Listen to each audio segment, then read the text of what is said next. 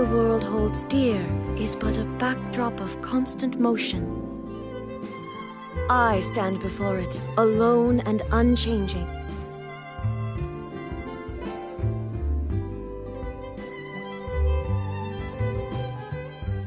This should be the place. You all wait here. You know, Chevraz, Paimon gets the sense that you two are actually pretty close.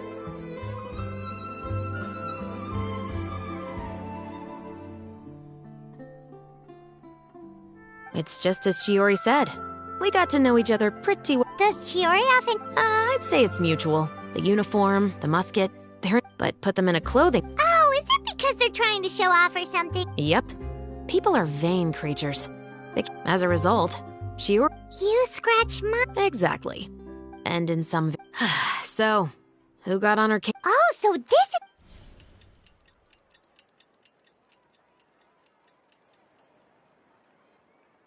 Huh? Uter, you say? You've heard of him? Yep. He's made trouble for Chiori several times already. He's fond of pretty much every dirty trick in the book. I heard that even the Maison Gardiennage issued him a warning due to his behavior. So he's back at it, huh? His funeral, I guess. Whoa, what's this about a funeral all of a sudden? I just meant that Uter's done for.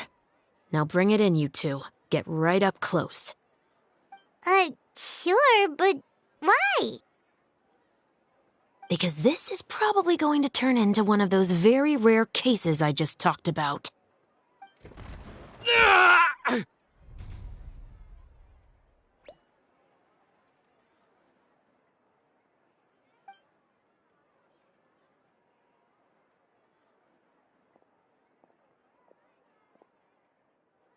What are you doing? Stay away from me!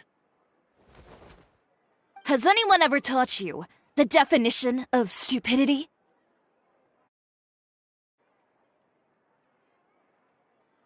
Huh? Stupidity is doing the same meaningless thing over and over again. It appears you've forgotten what I told you before. So, allow me to refresh your memory. Lay off the dirty tricks! Oh, and if you dare lay your hands on my friend again, you can expect a far less pleasant landing next time. Ahem. Chiori? Officer, an assault's in progress! Please, officer, you've got to do something! Of course. I'll do my utmost to investigate the situation. Unfortunately, I was chatting with this traveler and seemed to have missed what happened. Not to worry, though. If you'd allow me to search the scene, I'm sure I'll be able to collect some useful evidence. You don't mind, do you? There's nothing in there that would implicate you in any illegal activity, I would hope. Forget it. It wasn't that big of a deal. Ms. Chiori, I must also ask you to refrain from engaging in such disorderly conduct in the future, especially out in the open like this. Apologies, officer. I guess you could say I'm just used to tossing out any trash I come across on the street. You... Is there anything else either of you have to say for yourselves? That's all from me. I sincerely hope that today's events will never happen again. We'll see about that.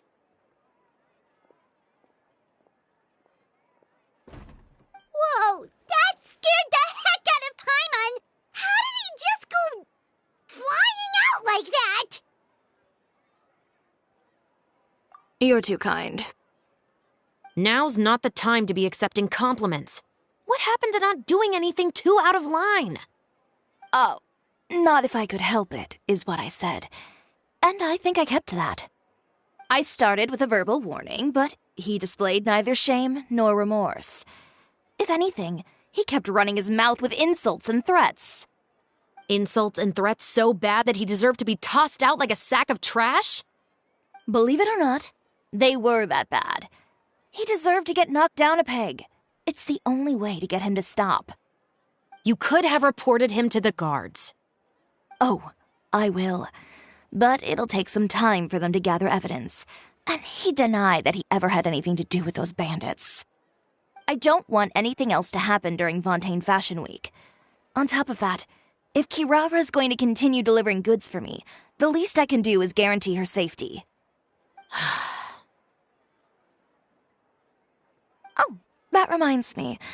There is another favor I'd like to ask of you today. What a shame. I believe you've already used up your favor quota for the day. Have I? Well, it's a good thing I was planning on taking an advance on tomorrow's quota then. Don't you think you're maxed out on advances already? I always pay you back in information, don't I? It's just like you said. You scratch my back, and I scratch yours.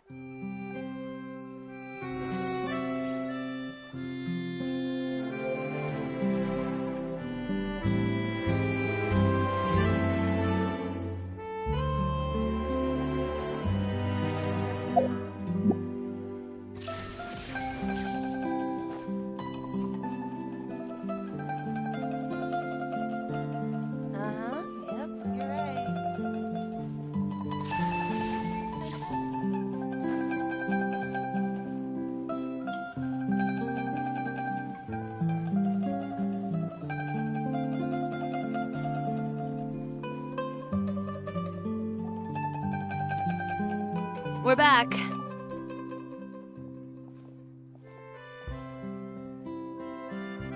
You were gone for an awfully long time. Oh, please tell me nothing bad happened. There's nothing to worry about. All you need to know is that you'll never have to worry about someone in Fontaine messing with your deliveries again. Sorry, Chiori. I didn't mean to cause you so much trouble. What are you talking about? You didn't do anything wrong. Those greedy bandits are to blame, along with a certain someone who doesn't know when to lay off the petty tricks. The next time you need to leave the city, call the Special Security and Surveillance Patrol. They'll escort you half of the way, and the Spina di Rusula can take the second half. With that sort of escort, the next time you make a delivery, those treasure hoarders won't go anywhere near your goods. Unless, of course, it's to offer to carry them for you. Good one, Chiori. I'm being serious. You know me. If I bring something up, you can assume it's already a done deal. You're going back to Inazuma tomorrow, right? Wait, you don't mean... I've already spoken to the captain of the Special Patrol. As discussed, the patrol's going to take a small detour during their daily training tomorrow.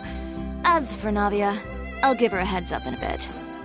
There's really no need. I'm just a simple courier.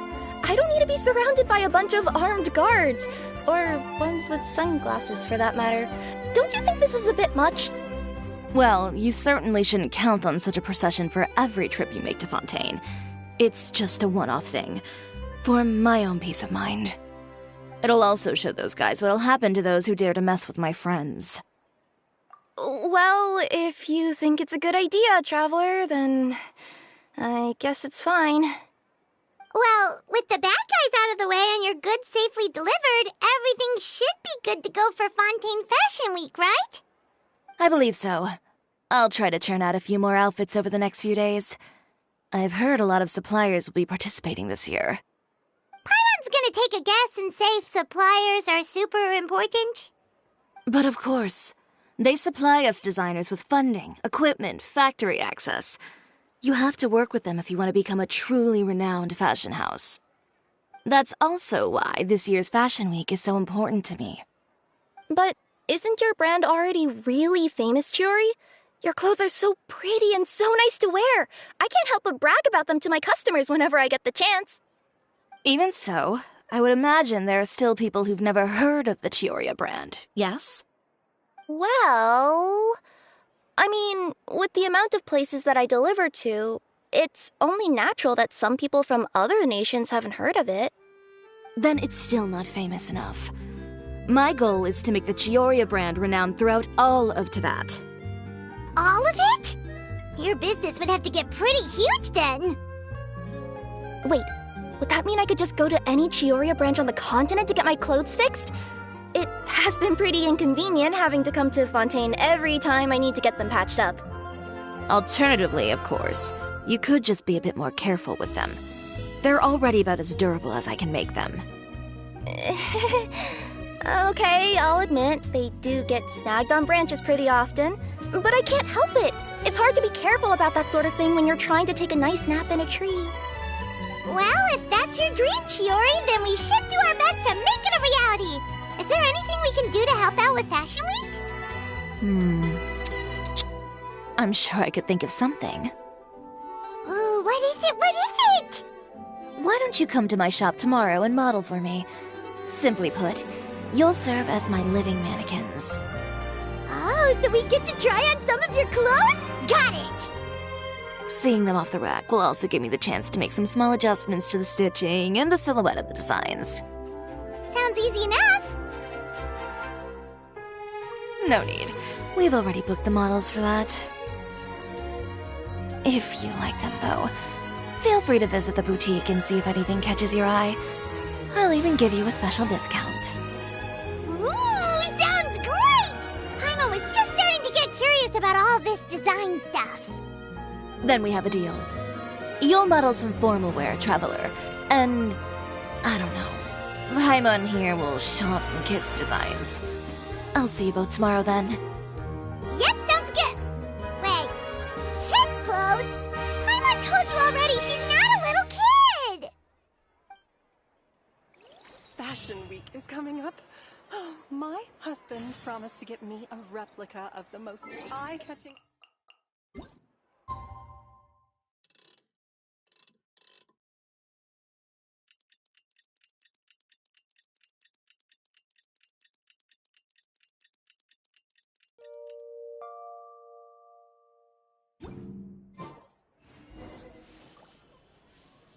Did you read the paper today?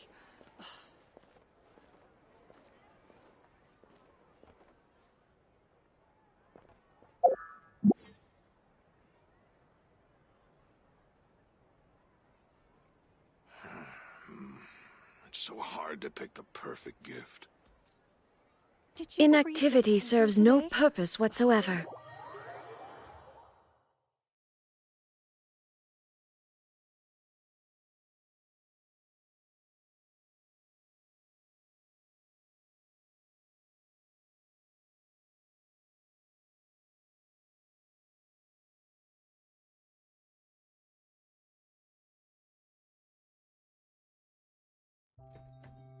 Chiori, we're here! You're here early. I haven't even opened the shop yet. Wait, has Kirara left already? Yep, with the special patrol. Bright and early. Did everything go all right on the road? I believe so. The patrol makes for quite the entourage.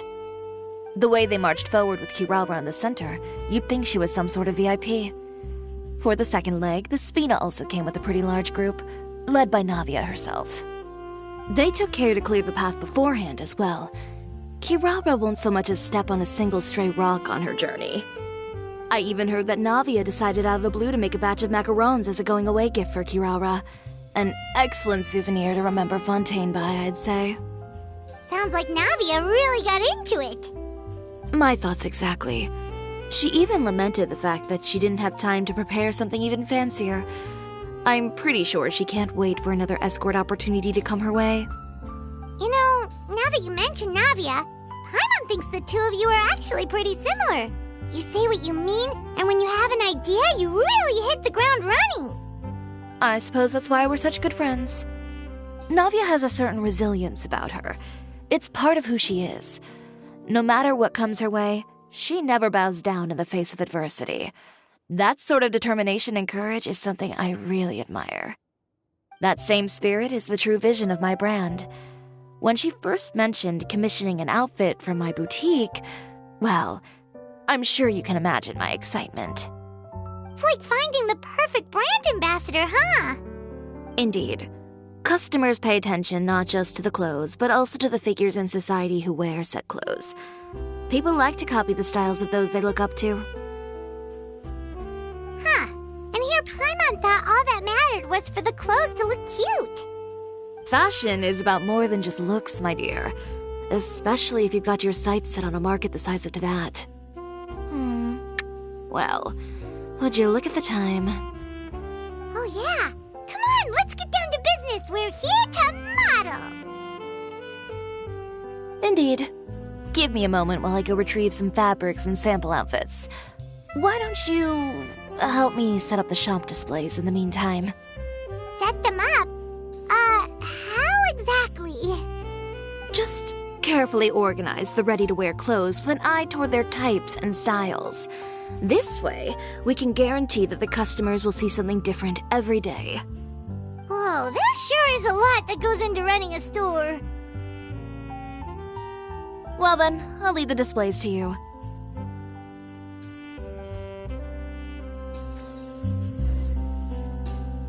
So, we just need to put all the clothes with similar styles together, right?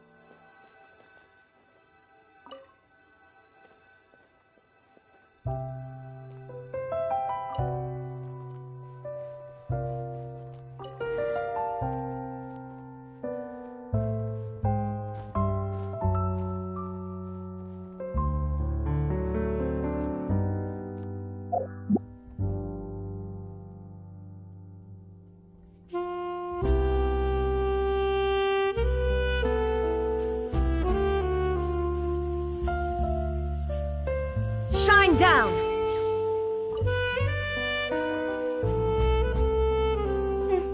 Not bad. You might just have an eye for design. Anyway, let's move on to the real task at hand. Over here, stand still. I'll take your measurements first.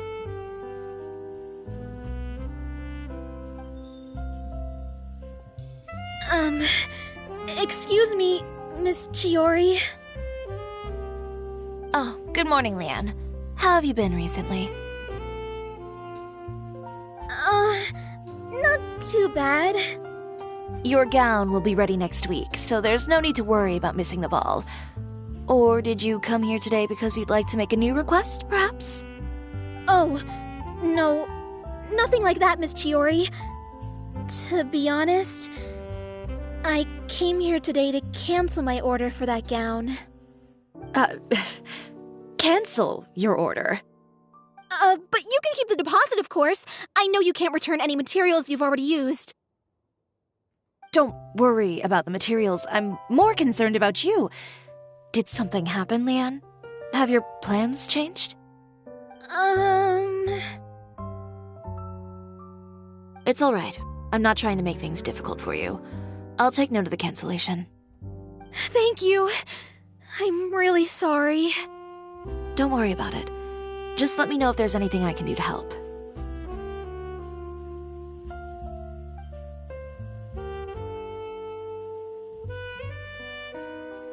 Is it just Paimon, or was she acting a bit strange just now? Wonder why she wouldn't tell us why she was canceling her order. It's not a big deal. These things happen every once in a while. A family emergency, an important payday falling through, a lover's quarrel, no one to take you to the ball. I've pretty much heard it all. Judging from the look on her face, something's keeping her from revealing the truth to us. It's best not to pry. Well, guess this means you'll have more time to work on Fashion Week, right? That's true. Come, let's pick up where we left off. Is Miss Chiori in? I am. How can I help you? I'd like to return this item. Oh, could I ask why? It's just, not to my liking. You said I could get a refund if I wasn't satisfied, so that's why I'm here. Is there something about it that didn't meet your expectations? Are the sleeves too short, or is the color too dark? I can always make those adjustments for you. Oh, no need. You don't have to concern yourself with that. I'd just like that refund, please. And I'd be happy to process that for you. If you could just tell me the cause of your dissatisfaction. Is Chiori here? I'd like to return my outfit. Another one? Is there some sort of new calamity coming that I haven't heard about? Another flood? Or an apocalypse, maybe? What does the prophecy say this time? You'll be spared if you get rid of all your clothes? Surely the entire population of Fontaine didn't convene and pick this one day to come and return my clothes. What is going on? What kind of rags are you trying to sell us, huh? The way I see it, this shop is nothing more than a black market front run by a bunch of dirty criminals. Please calm down, sir. What is he talking about? Haven't you heard? Chiori, a boutique, has been exposed for having close ties with criminals. It's all over the papers. And just who is it that dares to throw that accusation around? Well, you tell us. The fabrics you've got here, they're all sourced from underground factories, aren't they? I've been transparent about my materials from the very beginning. I've already proved there's nothing wrong with them. If a little hearsay and baseless slander are enough to convince you, then by all means, go ahead and hand over your garments right now. Spare yourself from that flood of yours. Or have you not been convinced of that one just yet? You... Elof! Miss Chiori? Go outside and help these customers with their return requests. There's no need to ask them why. We'll refund them at the purchase price. Alright. And once you're done, put up the sign that says we're closed for the day. Got it.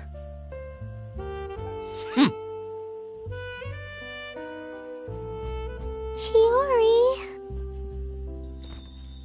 They couldn't be more fabricated if you tried. No need to worry about them. I'm sure they'll go away on their own in a few days. The real goal here is to divert my attention away from Fashion Week. The best response right now is to tune it out and focus on finalizing my designs. If you say so, but Paimon still can't help but worry. The best way to respond to public skepticism is to let your work speak for itself. There will be no doubt about the quality of my work once my new designs are released. The public just has to see it for themselves. Miss Chiori, bad news! Oh, for the love of... Can a woman not get a moment of peace to do her work? Go on. What's the matter now? It's our accessories supplier. They just sent word that they'll no longer be able to supply us during Fashion Week. What? No accessories? Not even the ones we pre-ordered? Yes, that's what their messenger said. And what about the models we asked them to book for us? I think they'll probably pull out as well. Even the suppliers believe those nasty rumors? Is the messenger still here? No, they've already left. So, no accessories means no brooches, no bow ties, things like that? Not just that. It means no gems, ribbons, gold thread, all the elements that lend life and soul to my designs. But if you take those away, does that mean you won't be able to make your designs at all? Alof, you stay and watch the shop. I'll go talk to the supplier myself. Yeah, and we can vouch for you too. We'll make sure your supplier knows there's nothing wrong with your clothes. Thank you. In that case, please come with me.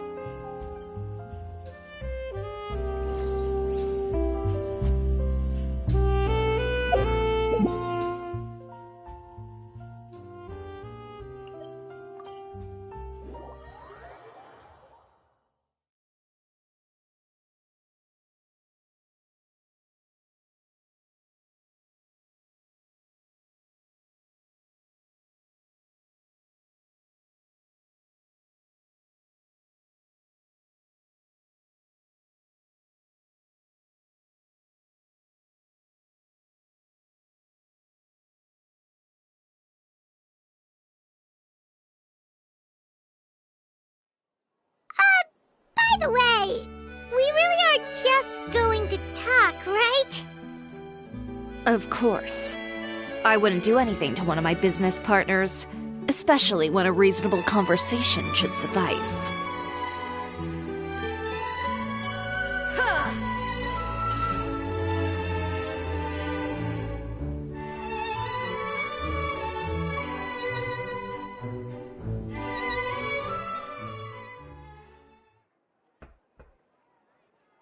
Who is it?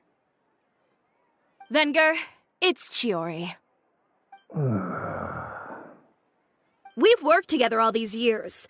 The least you could do is allow me a face-to-face conversation.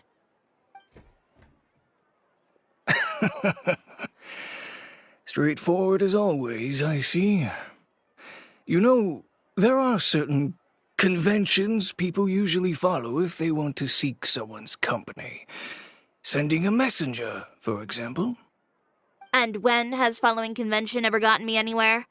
Why hire a messenger when I can just explain things in person? Have you read the papers today?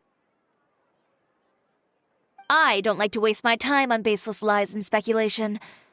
Maybe that's something you should consider as well. You're right. I only subscribe to the Steambird. And most days I never even read the others. So, these rumors. The Steambird was the one that published them? No, not at all. They were in some second-rate fashion tabloids. Well then, there you go. Those sort of headlines become old news faster than you can read them. Surely a bit of tabloid drama isn't worth cutting off my supply. You would think that. But this time is different. Someone paid off the tabloids to publish the same article at once. They even went so far as to leave a copy in front of every house. That's how I first learned of the rumors. Every house? That means someone must have been planning this for a very long time. It seems your rival really pulled out all the stops this time, Chiori. The article was even published alongside a photo of you. What sort of photo? A photo of you beating up someone on the street yesterday. Yesterday? Wait, that means... Uter again. Here, I've got a copy. See for yourselves.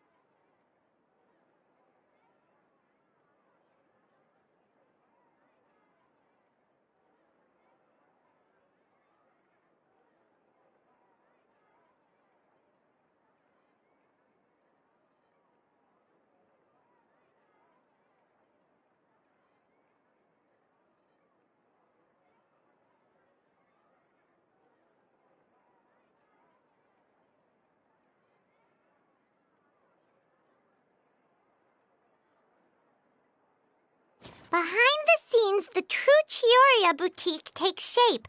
Not a fashion house, but a house of lies.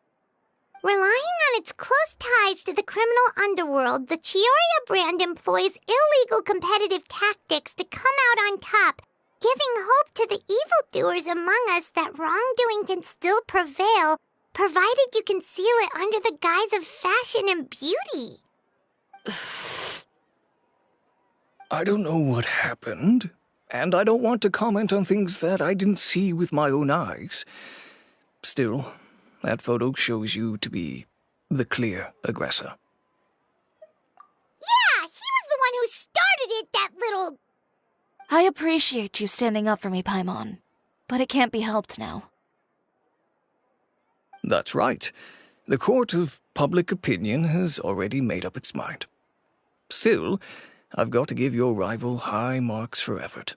They even dug up the fact that my father once served time in the fortress of Meripede. But that was so long ago. In the world of fashion, your past is like a piece of clothing stained with mud. Once tainted, it can never be washed clean. They claim that most of your clientele are criminals and that those who buy your clothes are just like you. People who silence all dissent with violence. The absurdity. I don't even know which part to laugh at the most. Well, it's no laughing matter. Maybe your clientele are criminals. Maybe they're not. There's even the possibility that they're just people who happen to commit crimes after buying your clothes.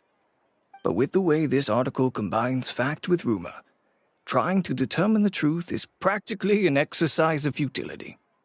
It's not something people are just going to forget about in a day or two, especially when they've found several people to back up their claims. Venger, are you sure you won't reconsider? If we go through with the show together, we can defeat them fair and square. If I were younger, I might have said yes. But I'm no longer that brave young man with nothing to lose. I've got the family business to consider now. I'd be perfectly happy to work with you again after this, but my daughter is manning the store during Fashion Week, and I don't want her implicated in all of this. She doesn't deserve to be swarmed by all that negative publicity. I understand. Let me offer you a piece of advice, Chiori. For old time's sake. Let this Fashion Week go. There's always next year. You just need to wait for all of this to blow over. You're free to wait things out, Venger. I'll make my own choices. Have you ever thought maybe that attitude of yours is what's gotten you into all this trouble? Have you ever thought maybe this attitude of mine is precisely what paved the way for my success? Well, fair enough. Then I suppose all there's left to say is, best of luck. As for the models, none of them wanted to be implicated in all of this either. Understood. Take care.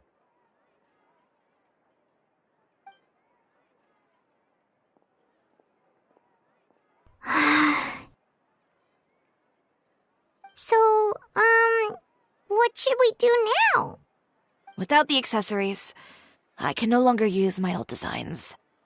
How could they do this? They're making things up. The boutique doesn't have anything to do with violent criminals. Can't people tell this is just a bunch of lies? Public opinion has never been about what's true and what's not. It's about echoing the loudest voice in the room. I should have seen it from the beginning. Uter knows me too well. Everything that happened yesterday was just a trap. Well, guess all we can do is just head back for now.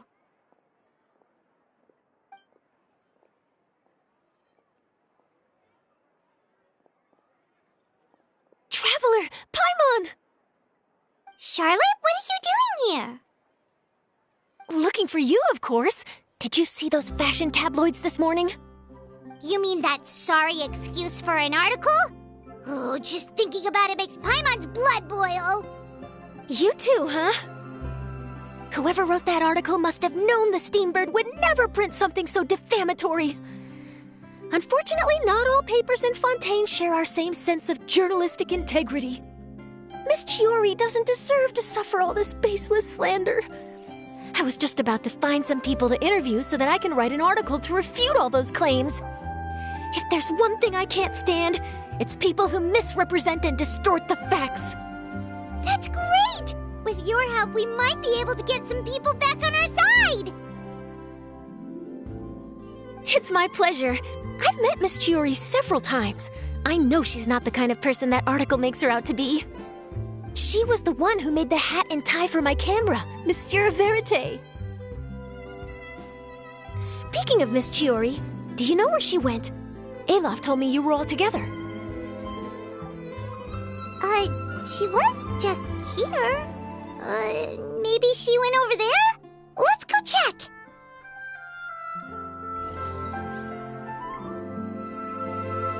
If you ask me, I think Chiori Boutique is done for. I mean, what did they expect? Engaging with criminals behind their customers' backs.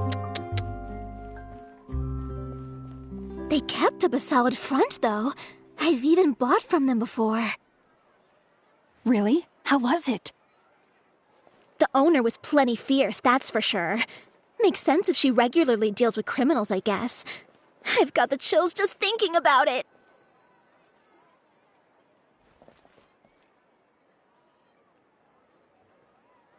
Oh no, we've lost her.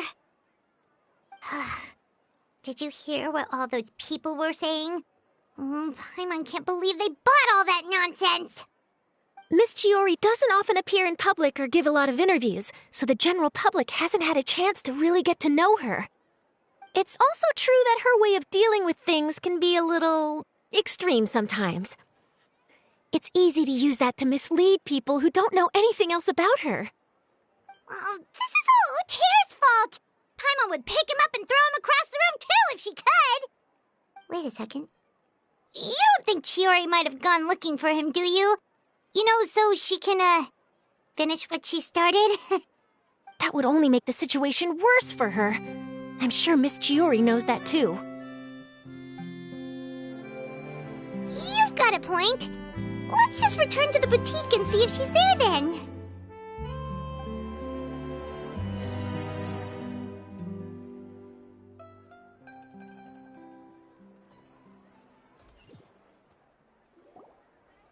Alof, we're back!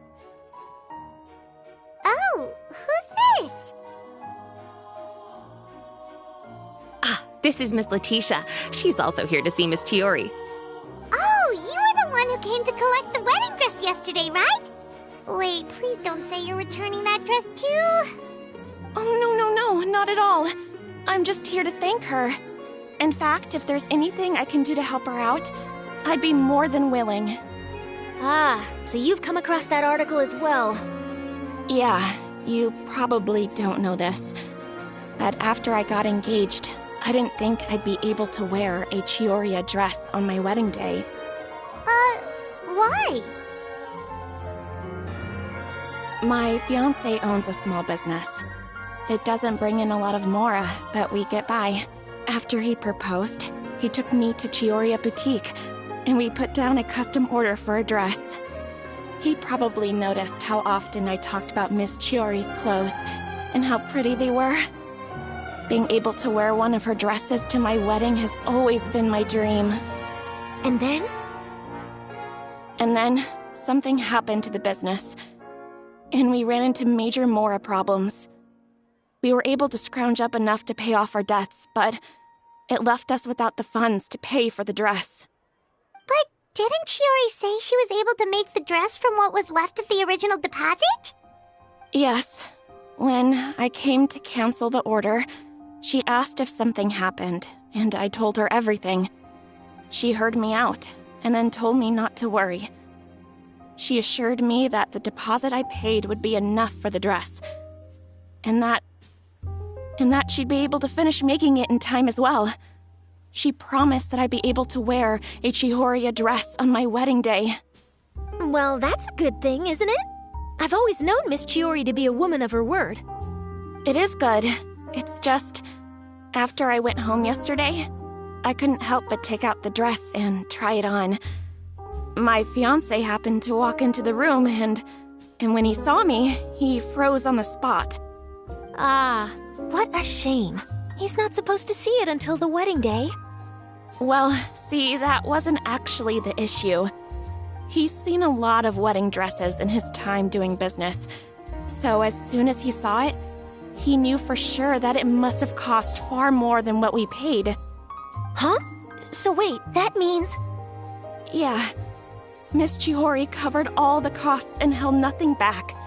The fabric, accessories, beading, construction. It was all of the highest quality.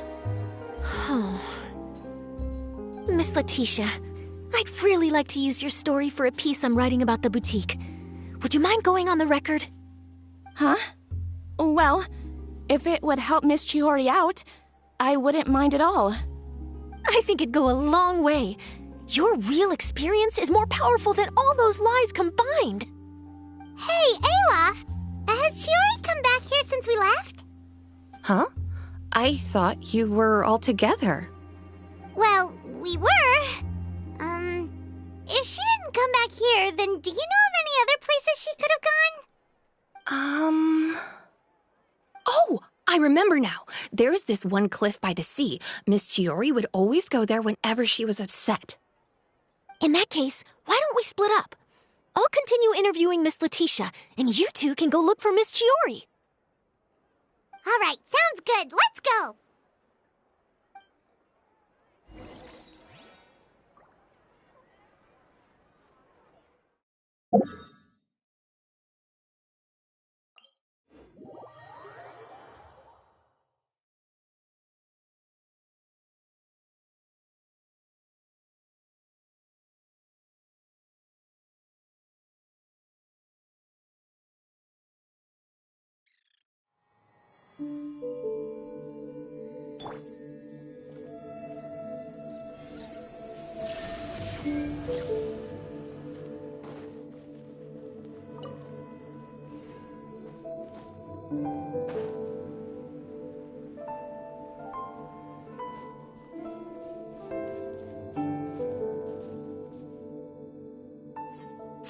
Chiori?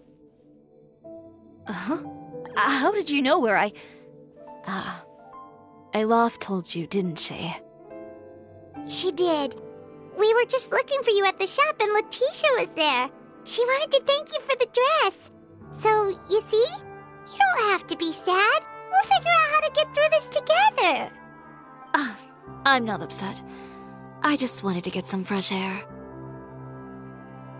Want to sit here with me? The view's quite stunning. Don't worry. I'll catch you if you fall. All right, don't mind if we do.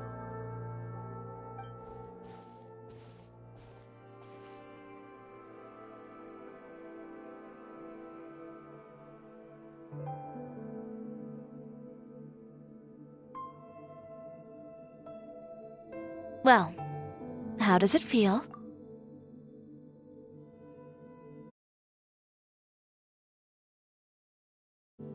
This place is pretty great. Right? It's quiet and open, and far from the relentless critique from fashion commentators and the media. It's just you and the beautiful scenery. Yeah, it's important to take yourself out of that kind of stressful environment every once in a while. I didn't grow up in a very strict family. My parents would joke that I grew up to be so assertive because they spoiled me as a child.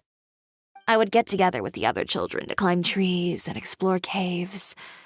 One time, I even climbed over the walls of the Kamisato estate. One of the servants had to physically remove me. Whoa, Paimon would have never imagined that! But even as rambunctious as I was, when it came to needlework, I was as quiet and focused as could be. It was as if I discovered a whole new world within those vibrant, dazzling fabrics. You know the feeling? Sorta. My parents noticed, and they sent me to study under a famous Inazuman tailor. It wasn't long before I had driven away pretty much every master tailor on the archipelago. You could say I really tried their patience. You were that misbehaved? I wasn't misbehaved, exactly.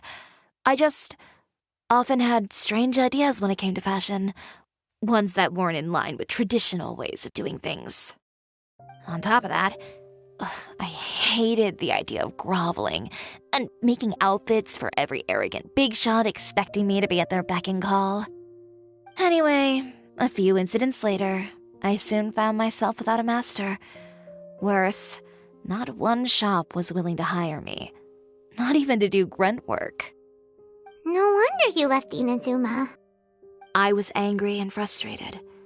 So, before I left, I swore to all those masters that my brand would one day become renowned all over Teyvat. Well, that's a great dream to strive towards. After that, I came all the way to the court of Fontaine, a city often referred to as the capital of arts and fashion. I had a lot of fun starting out. Sure, I was living in a small cramped room, but I was finally free to make whatever I wanted. I had a far more naive view of fashion back then. As long as something was pretty, it would become popular, right? A simple concept, surely. Of course, as I spent more and more time in the industry, I learned nothing was ever that simple. Least of all, fashion. Oh, you mean Letitia? Yeah, she did mention that dream. I'll be honest with you. That's the first time I ever heard something like that from one of my customers. Who would have thought? Even as I continue to pursue my dream, my work has also become someone else's.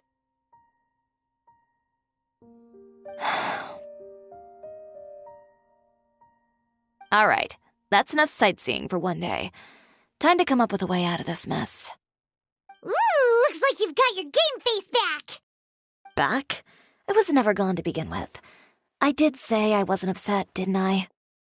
Paimon thinks we should look for evidence that Uter wrote that article, and that he hired those treasure hoarders to attack Kirara. Charlotte's already working on an article to address all those nasty rumors so we can publish all our findings in the Steambird once we're done. I don't like duking it out in the press. But if Charlotte's thrown her hat in the ring, I won't stop her either. I know where Uter's clothing factory is located. It might be a good place to start looking for some evidence. Sounds good. We'll come with. As for Fashion Week, well, there's always next year, right? So there's no need to be too upset. Huh? When did this become an either-or situation? Find incriminating evidence or participate in Fashion Week. I'm doing both. But your accessories! Didn't you say your designs were unusable without them? Well, it's true that I haven't quite figured out what to do about that, but to tell you the truth, even here in Fontaine, every time I see the sea, I can't help but remember Inazuma and the vow I made in front of those masters. Thinking about all that, I just can't bear to take even one step back. The sea. What did you just say, Chiori? The sea. Seashells, coral.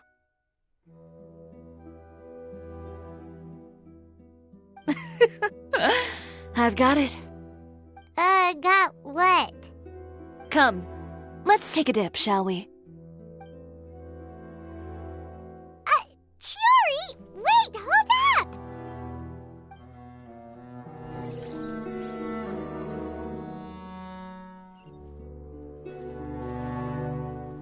Ha!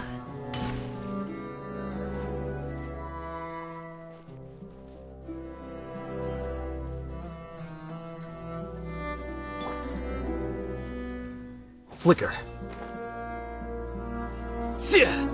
Chiori, why did you just jump into the sea all of a sudden? Paimon, what do you think is the most beautiful thing in the sea? A Lumitwal? Or a pearl, maybe? Oh, coral's pretty too. Oh, Paimon gets it now! You want to use things like that as the accessories for your designs! Well, now that you hit the nail on the head, help me grab some, would you? Leave it to us!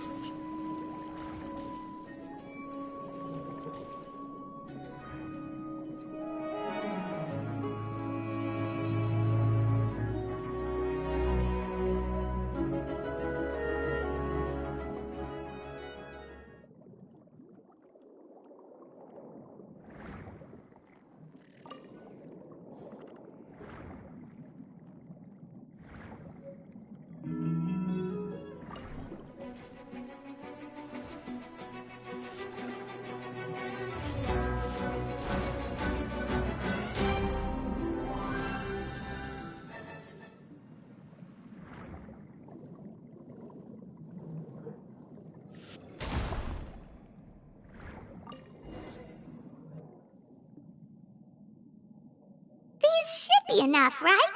Paimon picked all the prettiest ones in this area. Chiori, will these do? Everything looks great. I've also collected a pretty big batch, so we should have enough. Great! So are we gonna head back now and make some new designs? Yes, but don't forget, we've got more than just the designs to worry about when we get back.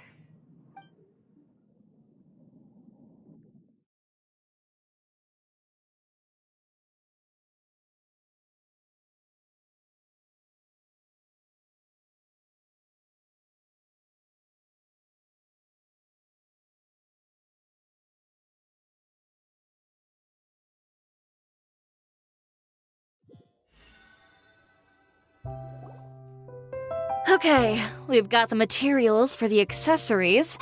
Next, we'll need to use what we have on hand to create some new outfits. You mean we have to start from scratch? Will there be enough time? I should be able to make it, if I skip out on sleep.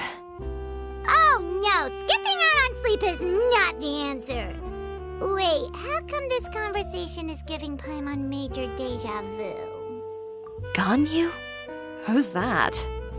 A friend of ours who does way too much overtime. Well, anyway, sleep is important. You're not gonna convince Paimon otherwise. Well, I can't argue with you there. One thing's for sure, though. I'm going to do whatever it takes to make it work. All this grit and determination. It reminds me of the first fashion week I ever participated in. What else can we help with? Let me see. I suppose all there's left to do is tear up all the outfits currently on display. You got it! Wait, what did you just say? You heard me. Tear them all up. When I went to that first fashion week, I had no savings to speak of. Just a few dozen yards of fabric and a dream.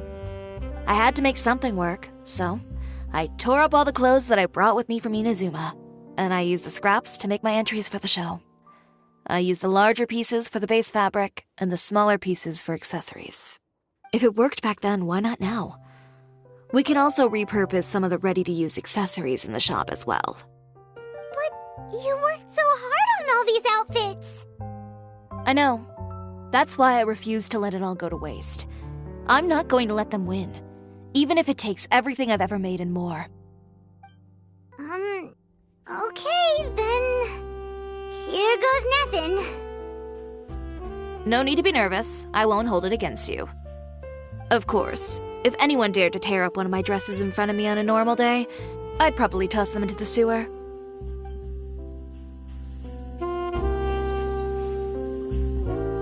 Just this once, though. I think I can make an exception. Go ahead and tear them up. Think of it as a good way to vent your emotions.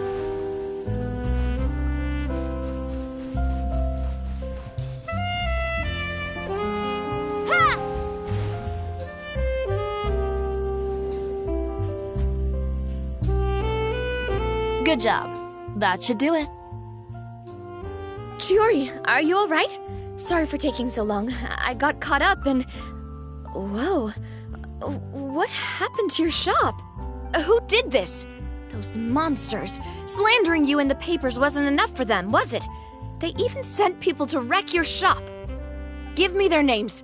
Since they're all too eager to tear up other people's clothes, I think it's about time the Spina di Rosula return the favor. Maybe you should calm down a bit first, 'cause you see, Huh? Ugh, what is this, a soap opera? I was the one who asked the traveler to tear up the outfits. We need all the fabric and accessories we can get. Oh, so that's what happened. I guess I got a bit ahead of myself just now. Back to what you were doing, everyone. You can all just pretend like I didn't say anything. Navia sure is scary when she's angry. If there's one thing I can't stand, it's a false accusation. No one's gonna orchestrate some conspiracy to take down one of my friends and get away with it. You and Chiori are really close. Of course. Everyone knows that Chiori makes the most gorgeous outfits in town. All of the Spina di Rosula's formal wear is custom tailored here. Now, if only you'd give me the contract for your uniforms as well. As if you'd enjoy designing something as boring and formulaic as a uniform. That's why I didn't ask you in the first place, silly. Plus, with how much your intel has helped us out in the past, to the Spina, you're more of an intelligence agency than a fashion boutique. If I had it my way, it would be the other way around. Anyway, we both know why I'm here. Tell me, how can the Spina be of service to you? If it's not too much trouble, can I borrow some skilled hands to help with some simple sewing work? I'll need all the help I can get if I'm going to finish these outfits over the next few days. Oh, no problem. I've got a few of those guys all ready to go. I just knew you wouldn't be intimidated into withdrawing from this year's show. When are you going to get started? I can help with sewing too. Actually, there's something else I'd like to ask of you. Ask away. I'm all ears. Oh, and Traveler and Paimon, could you help me pass word to Lynnie and Lynette? I'll need their help as well. I'm done with my interview. Has Miss Chiori made it back yet? Oh! What happened to the boutique? Who did this? Give me names. I'll make sure every last one lands a full feature on the front page of the Steambird tomorrow. Not this again.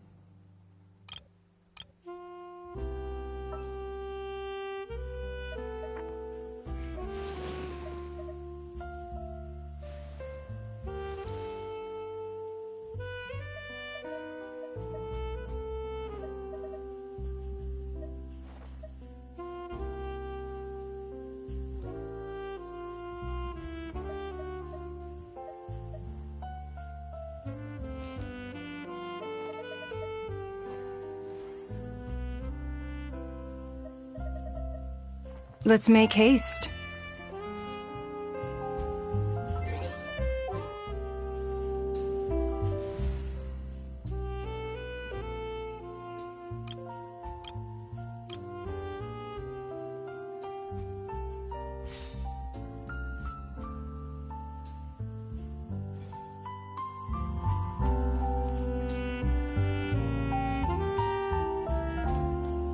Don't waste my time. No way.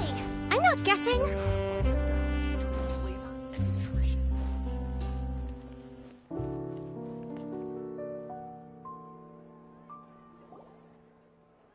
Lynnie, Lynette! Great, you're both here!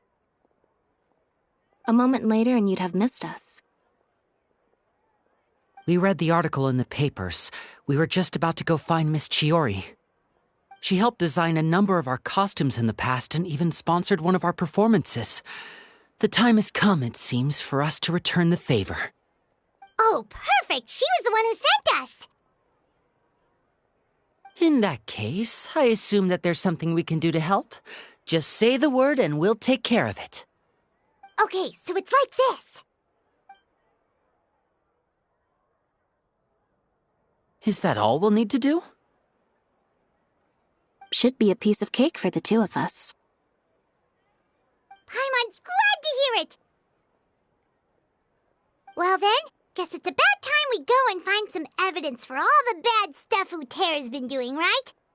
Chiori said we shouldn't disturb her over the next couple of days, We can check in with her again once she's done with all the new designs. But the show's in another 2 days, isn't it? Will she be able to make the deadline? Well, according to her, she wants to first beat Uter fair and square at the show, and then defeat him in the court of public opinion. She said that it'd be like, A two-pronged approach? Courtesy first, confrontation second? Yeah, something like that. Understood. Then we'll have faith in her decision. We'll go make some preparations. See you at the venue in 2 days. All right, we're counting on you.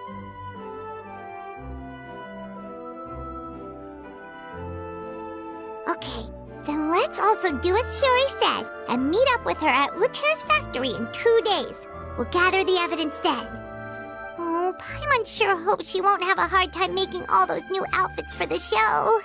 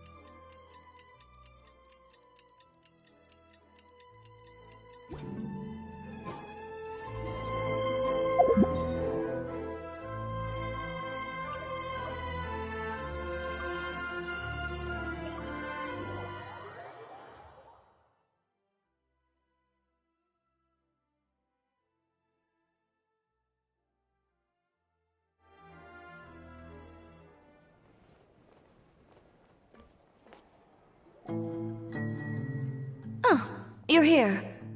Chiori! How are the new outfits coming along? You look kinda tired. Just a few steps left now. I've handed the rest over to Olaf. We should be able to make tonight's show. Wow, that's cutting it real close.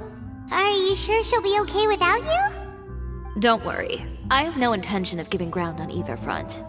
With the fashion show scheduled for tonight, Uter has closed his factory.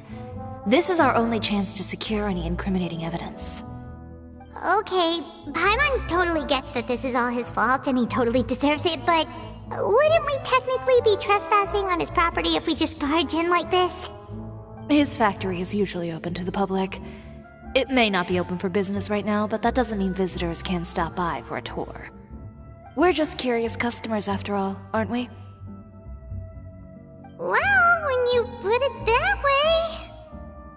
Anyway, Uter's factory is right over there. Let's hurry up and get moving. Why would he open a factory over there? We have different marketing strategies.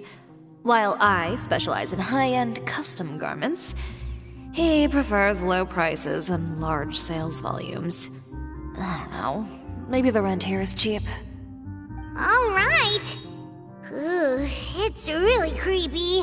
Paimon would never choose to buy anything from a place like that. You make a good point. Let's all be on our guard.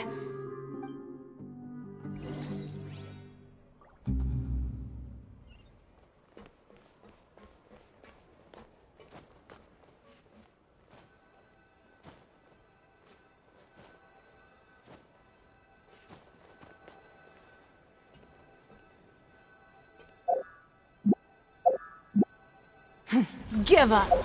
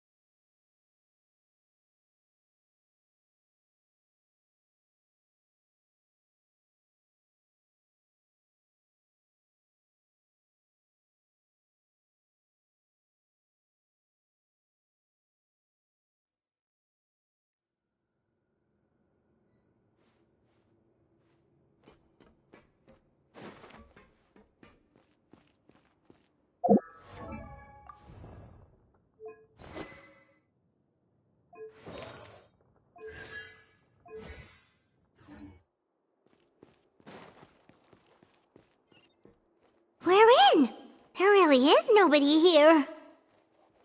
Welcome, dear visitors. Oh, Paimon nearly fell out of the air. What is that thing? A mechanical guide.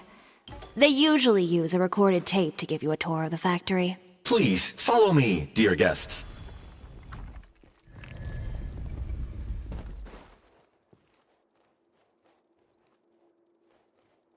First stop on our tour is a look at the gradual evolution of our clothing brand.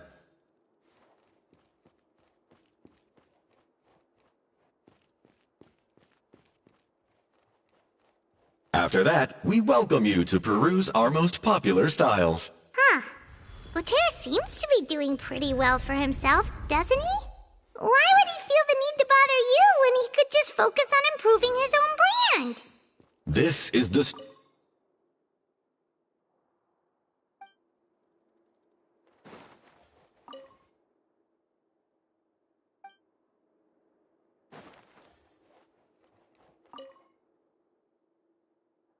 These are the fitting rooms. Please use them at your leisure. Huh?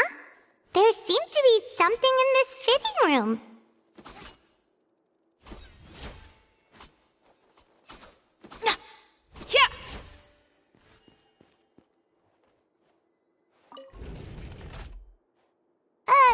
Why did the door just close? Hold on tight, Paimon.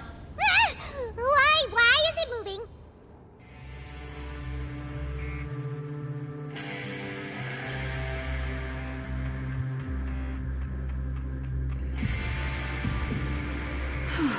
It seems to have stopped.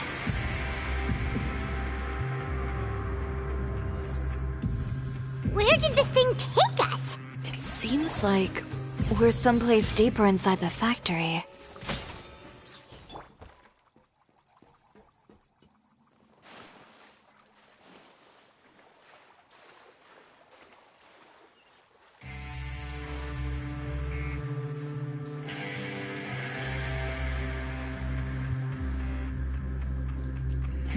Look out! There are guards here! Strike a pose! Let the world come alive!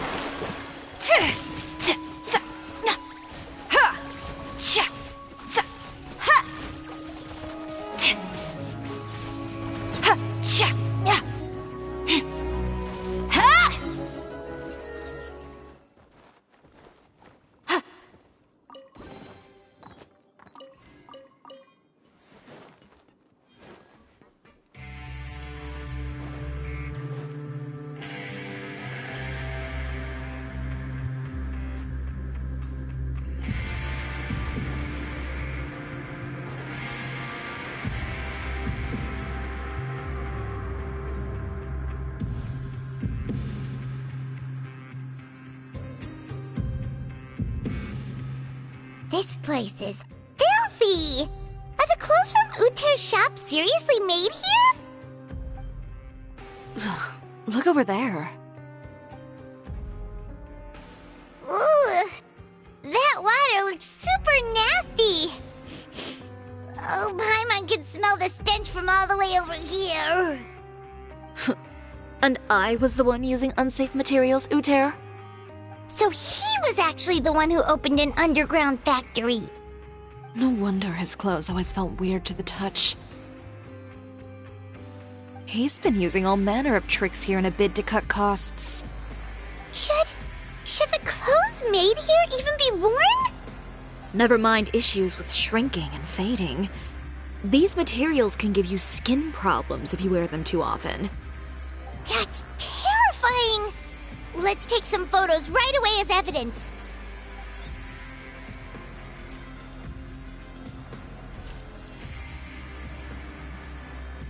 This way he won't be able to try and deny anything in court.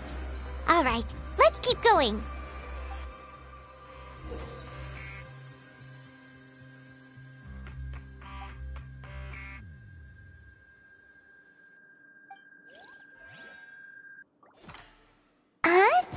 Doesn't look like there's a path here. Follow me. Let's go up.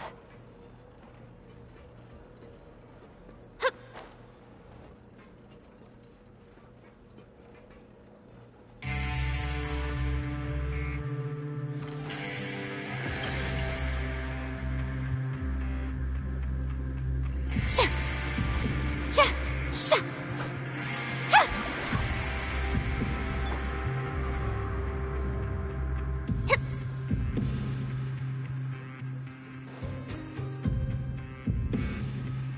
place seems like some kind of warehouse. Ugh, and it stinks, too. Huh? What's going on? Our way in's been blocked. Seems like he knew we'd be coming. You did say he knew you really well, didn't you? Yes. And that's because we used to be partners. But you're practically at each other's throats. Now you're telling us you used to work together? When I first came to Fontaine, we were both fledgling designers who longed to gain a foothold in the world of fashion. We shared the same goal, so we decided to work together. In the beginning, we both wanted to make clothes that would stand out from the crowd and shatter tradition. The kind of clothes that would turn heads and leave people in awe. But with every criticism we received, and every sponsor that rejected us, Uter's confidence disappeared little by little.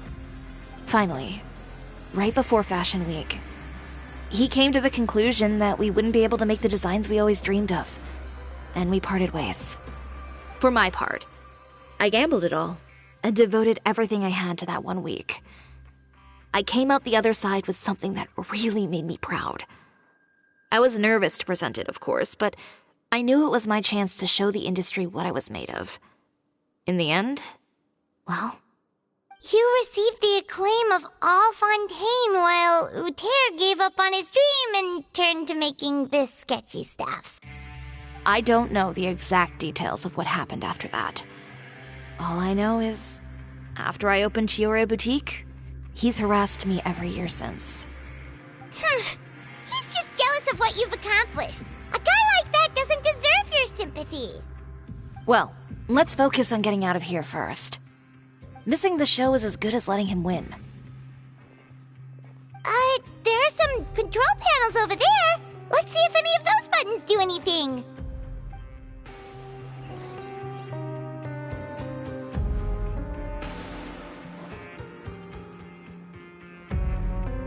Oh, that doesn't seem to have done anything.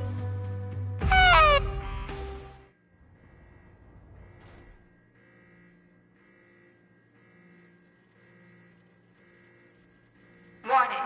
Warning. Unauthorized intruders entering expulsion mode. Stand back!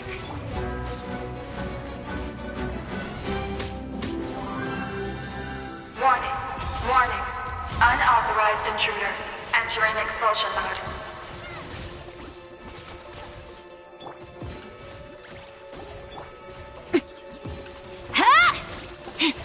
Warning. Warning. Unauthorized intruders entering expulsion mode. Look over there. Seems like there's a way out. Maybe we can use these mechanisms to get higher. Warning. Warning. Unauthorized intruders entering expulsion mode.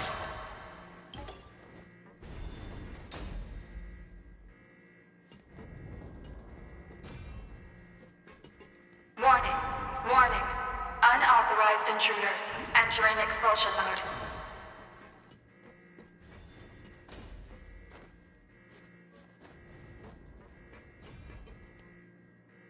Warning. Warning. Unauthorized intruders entering expulsion mode.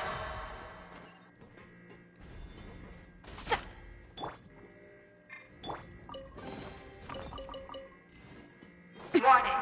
Warning. Unauthorized intruders entering expulsion mode. Whew! We finally made it out. Why does it feel like the movement patterns of those mechs have changed? Warning. Warning. Unauthorized intruders initiating shutdown procedure.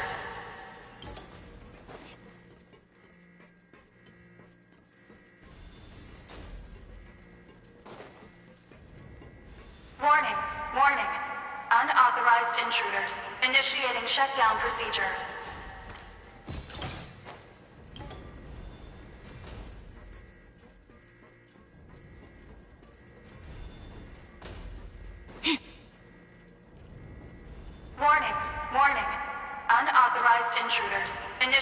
shutdown procedure.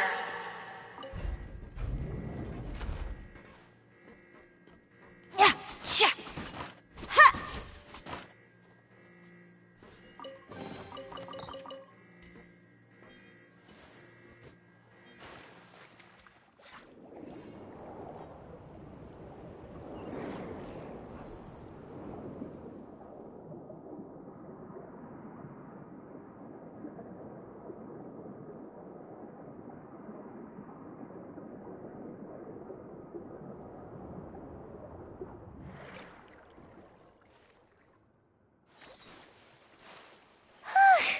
We're finally out of that stinky place. Let's take this evidence and get out of here.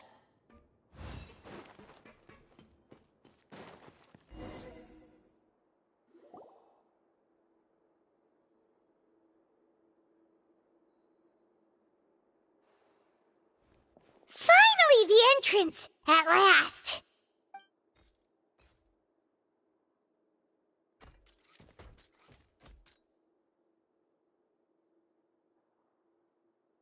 Oh, those chambers couldn't hold you, I see. What a surprise. We've collected a bunch of evidence on all the nasty stuff happening at your factory. You're not getting away this time, Uter. The evidence on your person, you mean? What makes you think I have any intention of letting it get past these walls?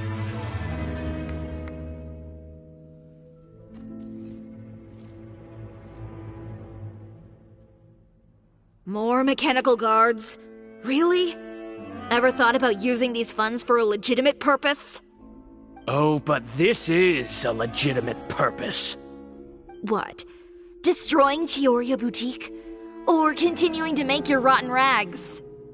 Proving that fashion is merely a laughable farce. A carnival of ignorance!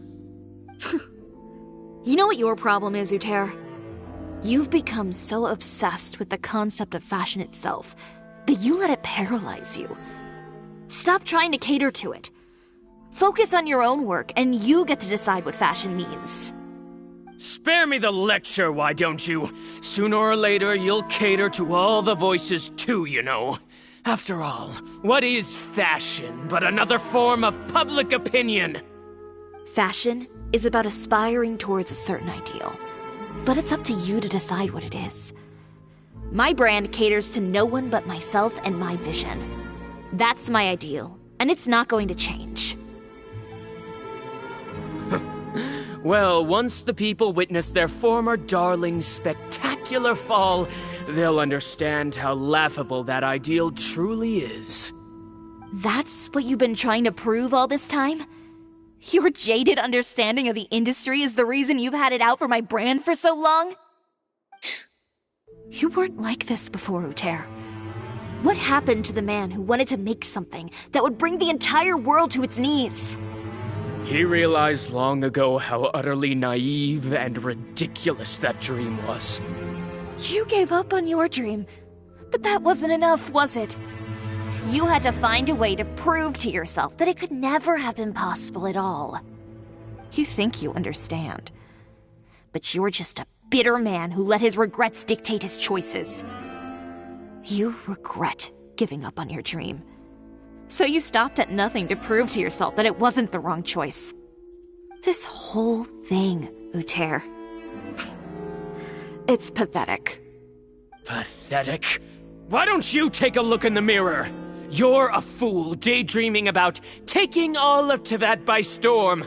Well, good luck doing that when even Fontaine doesn't have a place for you anymore. You're right. Maybe all those who pursue their dreams are fools. But more pitiful still are cowards who are too afraid to even attempt what the fool is brave enough to try. You...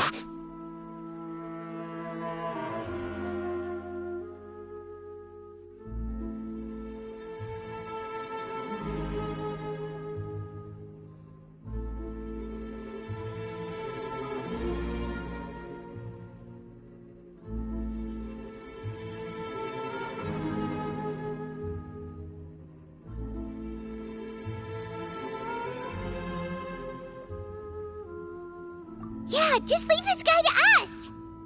No, you go instead. But he has a gun! It'll be fine. Just go to the venue and tell everyone to proceed with the plan. I'll deal with him. Some lessons are best delivered in person.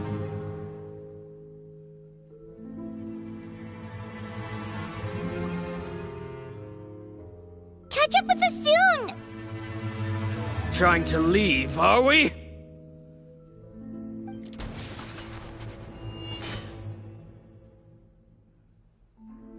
I've held back all this time because of our past partnership, Uter. But all that changed after our tour of your factory. Still trying to talk tough, I see. No matter what you've been through, no matter why you've become like this. If I may borrow the words of a friend, a guy like you doesn't deserve my sympathy. Allow me to show you the true meaning of the Chiori brand.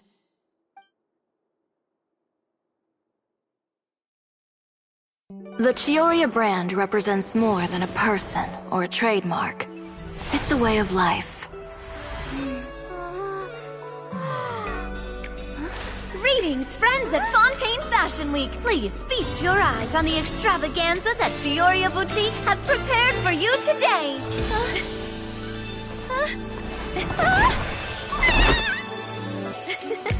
Brilliant, dazzling, and wholly unique. And most importantly, an enduring, never-say-die spirit. That's the true meaning of the Chiori brand. And now, let's welcome the thundering seamstress, Miss Chiori herself! Did Chiori not...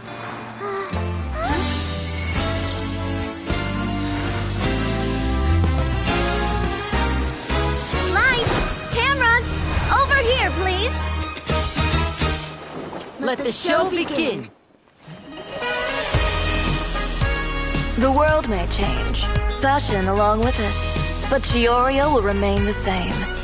No challenge is too great. Chiori caters to no one, not even the times.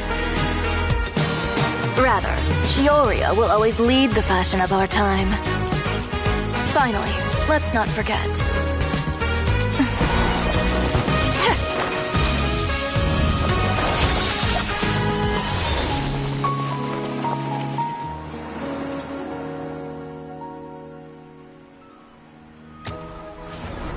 Only those who do not give up on their dreams are worthy of this brand.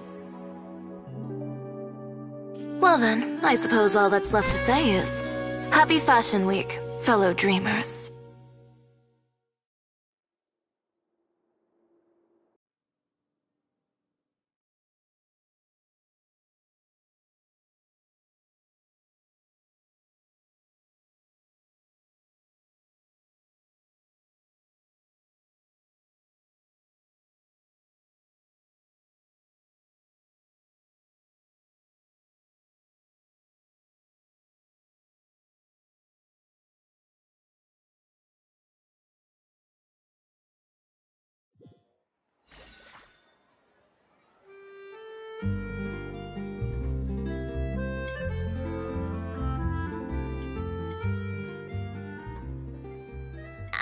How about this?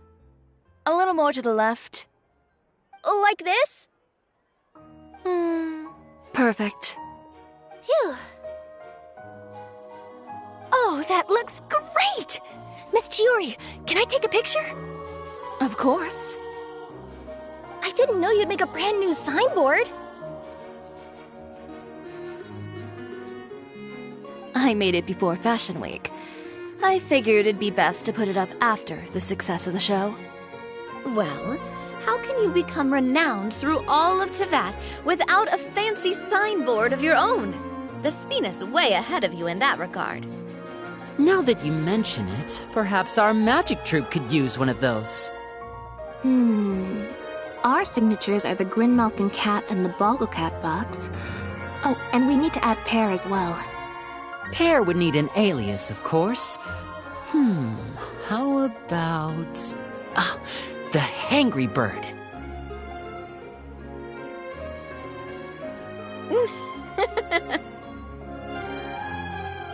So, does that mean your signboard is going to be 2 cats and a penguin stuffed into a single hat?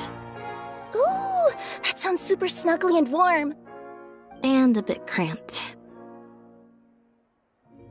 Miss Chiori, I'm done taking pictures. You can expect the article in tomorrow's Steambird, along with the evidence the Traveler gathered. Thank you, Charlotte. It's my pleasure. Bringing the truth to light is a journalist's duty.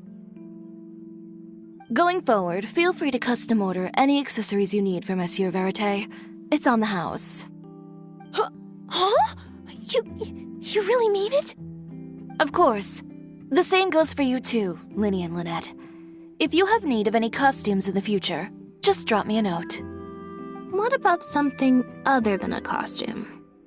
Thank you, Chiori. It's much appreciated. Well, I don't really need anything. Just don't be a stranger, all right? I don't need anything either. So long as you continue to request my international courier services from Komania Express, we're golden. Actually, that reminds me. When will you be leaving, Kirara? Huh? About that. The Spina di Rosula has prepared a special vehicle for you, so you can just get in and we'll push it all the way out of Fontaine. What? No, that's so embarrassing. Ooh, do we get something nice too, Chiori? Of course. Just hold on a second. Disrupting public order at the show, appropriating venue lighting equipment without authorization, using weaponry in public, hosting a dangerous performance without notifying the authorities. Chevrolet, we can explain! If you come across anyone who matches those descriptions, please report them to the Special Patrol at your earliest convenience. Enjoyed that, didn't you? You nearly scared me half to death. Says the one who pulled that stunt earlier. How about you do me a favor and tell me in advance next time you're planning something like that? And if I had, would you have approved? No, but it would have at least spared me a whole lot of anxiety. Well, I would say I more than made it up to you, have I not? A whole underground workshop in the Fleuve Cendra, and the man responsible all tied up and handed to you on a silver platter. Sounds pretty thoughtful if you ask me. All right, I won't argue with you. You can have this one. Well, friends, I would say we've earned ourselves a nice meal for our efforts. Let's go. Spina's treat. I'll have to take a rain check. I've still got a lot of paperwork to take care of, so you all go have fun. Oh, by the way, Chiori, I ran into Wenger on the way here. He had a message for you. I don't need to hear it. I'm sure the old fool used pretty much every apology in the book. I'll just visit him some other day and give him a hard time about everything. You know him well. Thanks again, Chevrolet. My pleasure. Oh, and one last thing. That was really quite an amazing show. You don't say. All right, all right. Follow me if you want in on the celebration feast. Come on, we're leaving. Traveler, Paimon, could you go wait for me at that place with the view? I'll let Navia know that we'll be a little late. There's something I'd like to give you. A place with the view? Oh, Paimon knows where you mean. Sure, no problem. Perfect. I'll be right there.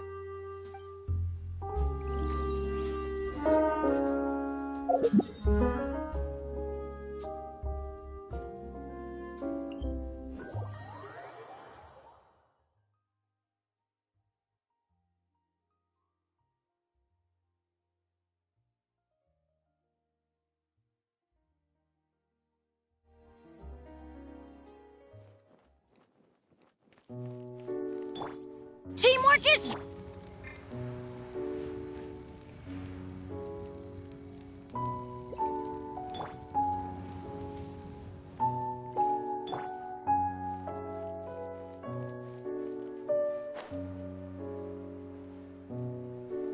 Ah!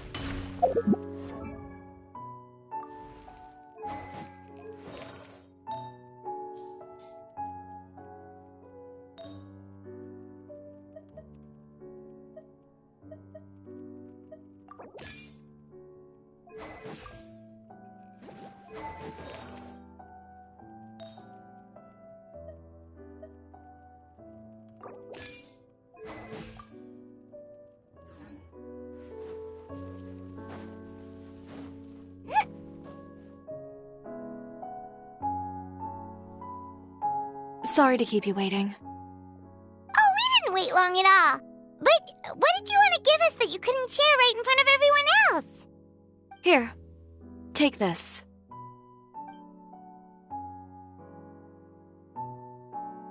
Oh, wow!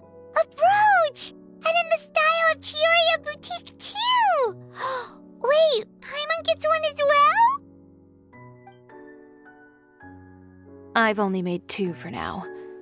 After much consideration, I decided to give them to you two. You've been a great help. Even when things were looking bleak, you stayed by my side. There were even times when I felt like I had to fight back and win, even if it was just to honor the trust that you had in me. Well, we may have helped a little, but Paimon would say you deserve most of the credit. This result, it was all you, Chiori. I know for certain that was not the case. I've chased my dream for so long that I've come to understand something. Apart from conviction and persistence, the thing that matters most is having friends who believe in you even when you don't believe in yourself. A single person can only do so much. Without all your help, Chiori Boutique could have easily fallen to ruin. Well, Paimon doesn't think it would have ever gotten to that point. Not if you had anything to say about it. But, about the stuff you said at the show, you aren't worried it'll rub some people the wrong way? Perhaps my words were a little pretentious, but they do reflect how I truly feel. I won't bow or scrape before any force in this world, much less any individual. I'm confident in the quality of my work. Create something beautiful, and there will always be people who appreciate it. Well, guess there's nothing to worry about then. Should we go back and join them at the victory feast? Oh, yes, of course. But before that, I'd like to admire the view for just a little while longer. You know, of all the nights I've spent in Fontaine, I'd say this is the loveliest by far.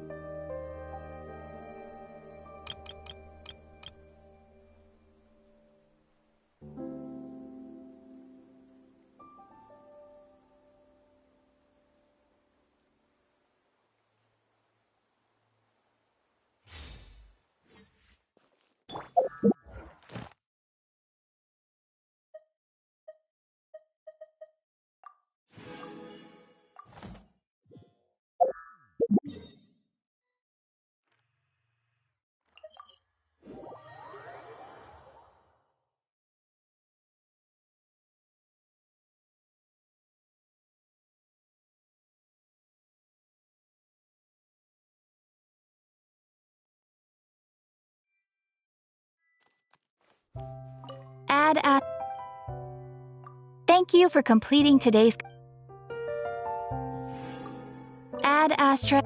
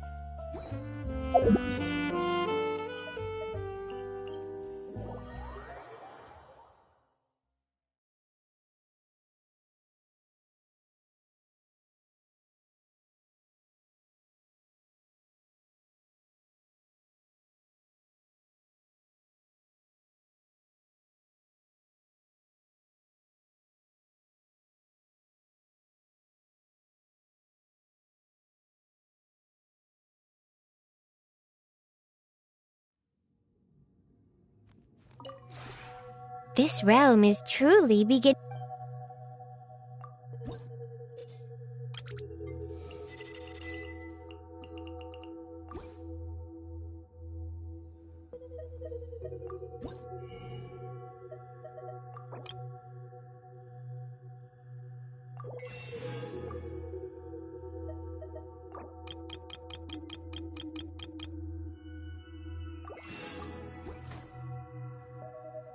If you ever...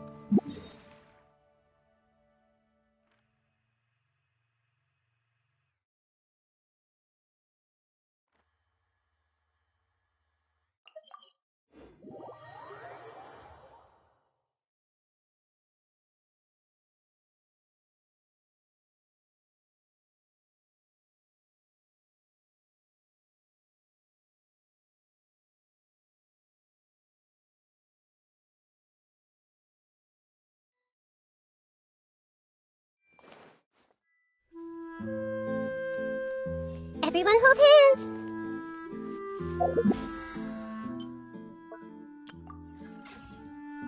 Yeah!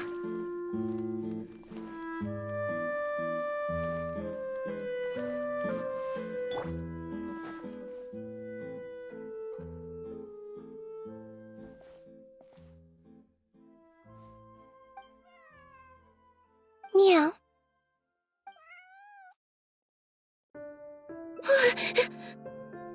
Oh, it's you. 1 second. Now activating chat mode. You made me jump there. I thought they'd finally caught me. Objectively speaking, the trouble was entirely of my own making. Half an hour ago, I was at Hotel de Boer for a drinks reception. It was to celebrate the successful opening of a show, but it was draining my energy. So, I waited for the right moment, then snuck away so I could switch to standby mode. Probably because I'm playing the lead role in the show? Is that so surprising? I'm always getting invitations to do solo performances. I just usually get Linny to write back and turn them down. But then came the Fontanalia Film Festival. We took all the kids from the House of the Hearth out to see a film, and after it finished, they all started clamoring for me to try out acting for some reason. Even Linny was chanting along with them. Anyway, it just so happened that a director called Mary had sent me an invitation right around then. I'll spare you the details, but basically, I ended up accepting it. Yep, you nailed it. I'm playing the role of a puppet. In fact, the show's called The Lost Puppet, and it's a masked mime show. So, I don't have to do any facial expressions or say any lines. Literally just a series of physical movements. The director says it's a very avant-garde art form. Art is not comprehended by the mind, but felt in the heart. At least, that's what the director says. Anyway, if nothing else, the opening performance seemed to go down well. At the drinks reception, everyone was crowding around me, saying, "Triumphant character portrayal, faithful adaptation of the original work, unequivocally, quintessentially avant-garde," and stuff like that. But being the center of attention is draining. So the moment they left me to go harass the director instead, I was out of there. The other thing is, some weird things happened while I was on the stage. Oh, sorry, Bonnie. I didn't mean to leave you out of the conversation. My bad. No, we just met. We bumped into each other right after I slipped away. Well, it'd be kind of difficult for us to communicate otherwise. Besides, I think she's taken a liking to the name. Haven't you, Bonnie? Yeah, that's right. Good kitty. We'll go find your owner soon, I promise. Nope. She's wearing a collar, and for the most part, she's pretty well groomed. If she is a stray, she hasn't been for long. Her stomach's been growling a lot. I guess she must have been missing for a few days now. As much as I'd love to hang out with her for a while longer, her owner's probably worried sick about her. Assuming she has an owner, that is. But the reception...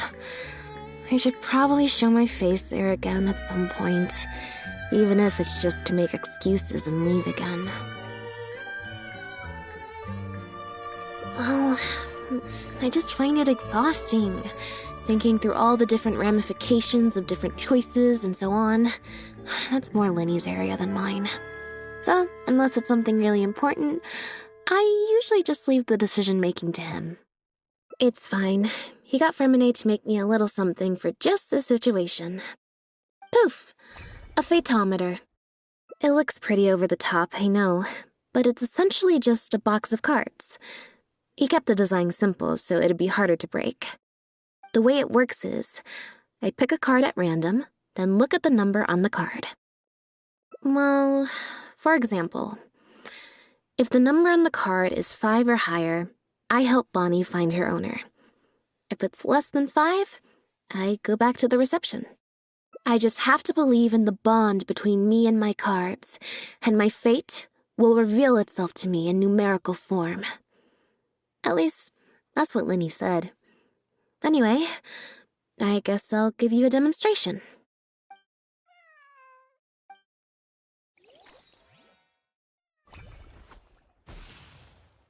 Huh, I didn't like that. Was I using it wrong? Maybe if I just...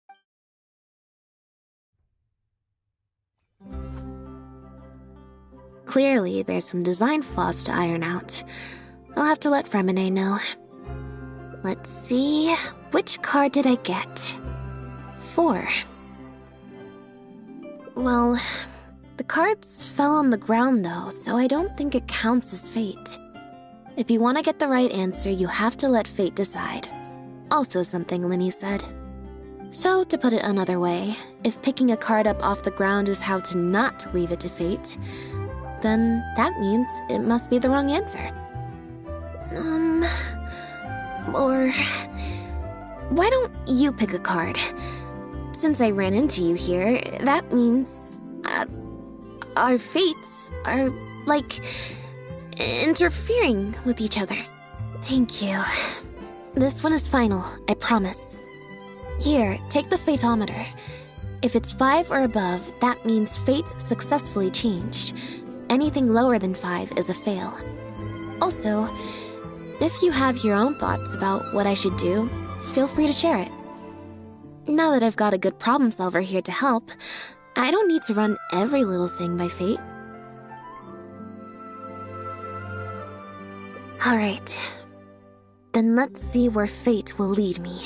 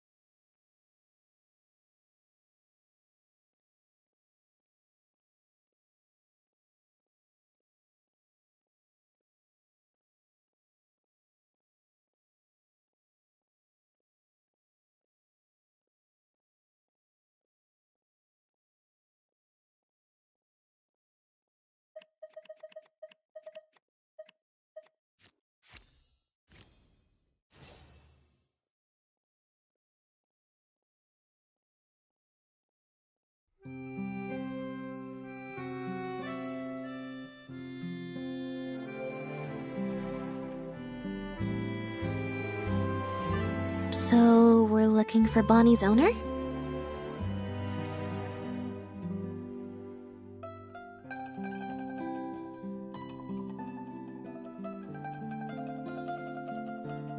There's 20 cards in total, numbered 1 to 20. So there's only a 1 in 5 chance of drawing less than a 5. I should also mention, this time the cutoff was 5, but I just set that to wherever I feel like. To put it in perspective, I said I'd only do the show if I drew a 1. Fate can be pretty sneaky sometimes.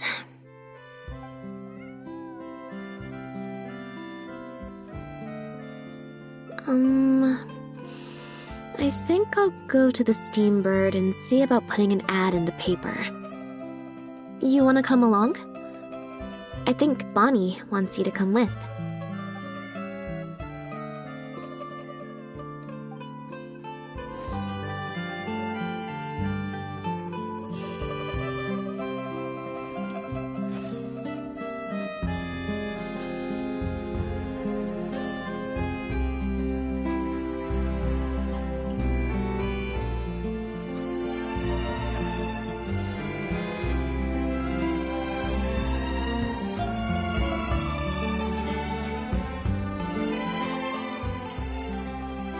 Every stupendous day starts with a Steambird!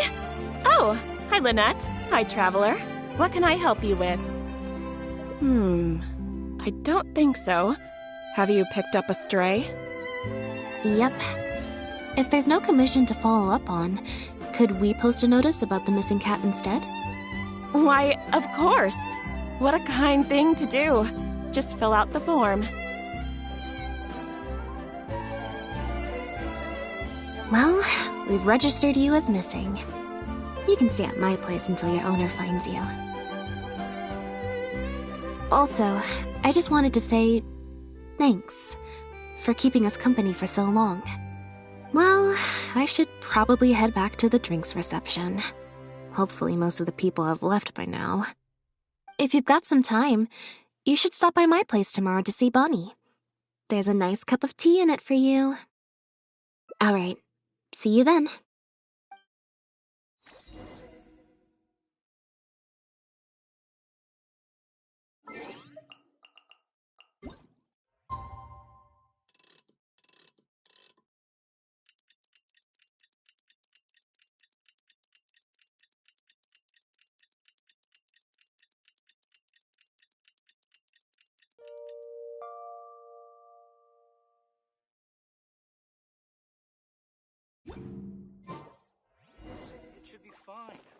I'm sure it'll get resolved.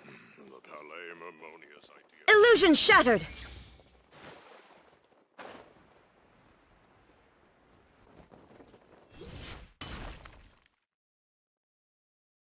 I believe this cat belongs to me.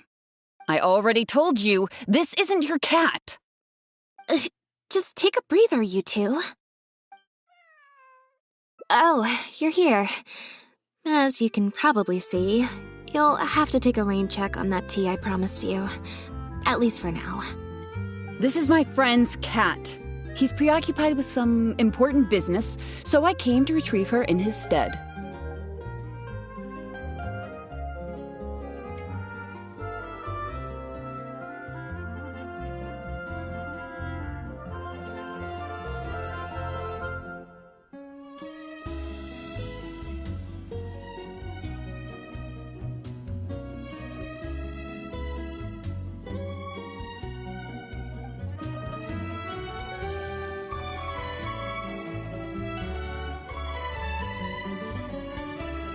No, it's far more likely this cat escaped from the Humane Society. Bonnie? That's the name I've given her in the meantime.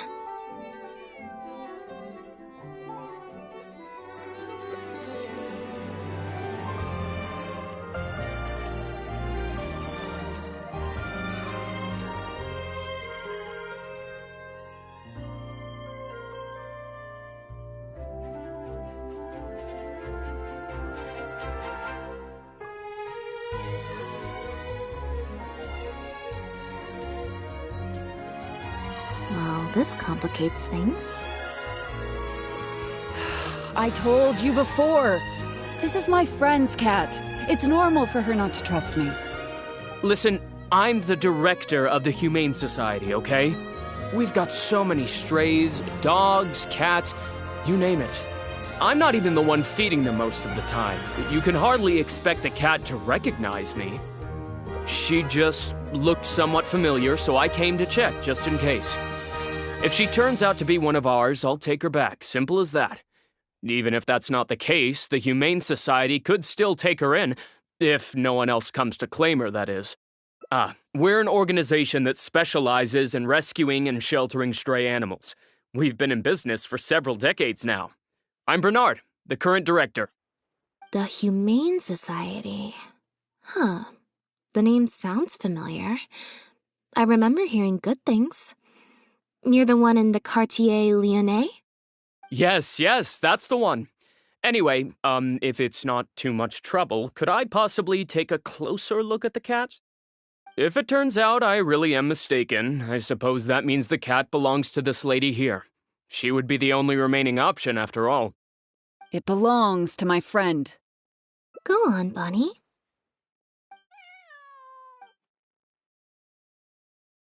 Oh, nope. Looks like I was mistaken. They do look similar, but there's an ever so slight difference in this one's fur color. Deepest apologies, friends. Well, I suppose this means I still have a missing cat to search for. Apologies again for the confusion.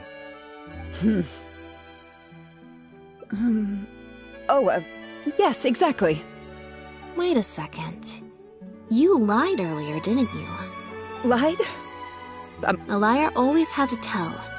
The look in their eyes, their breathing pattern, the way they hold themselves.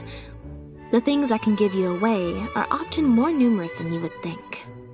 What are you talking about? The way I see it, you're conflating baseless conjecture with fact. Normally, when someone is called out, their breathing speeds up as they begin to panic. But your breathing pattern hasn't changed one bit.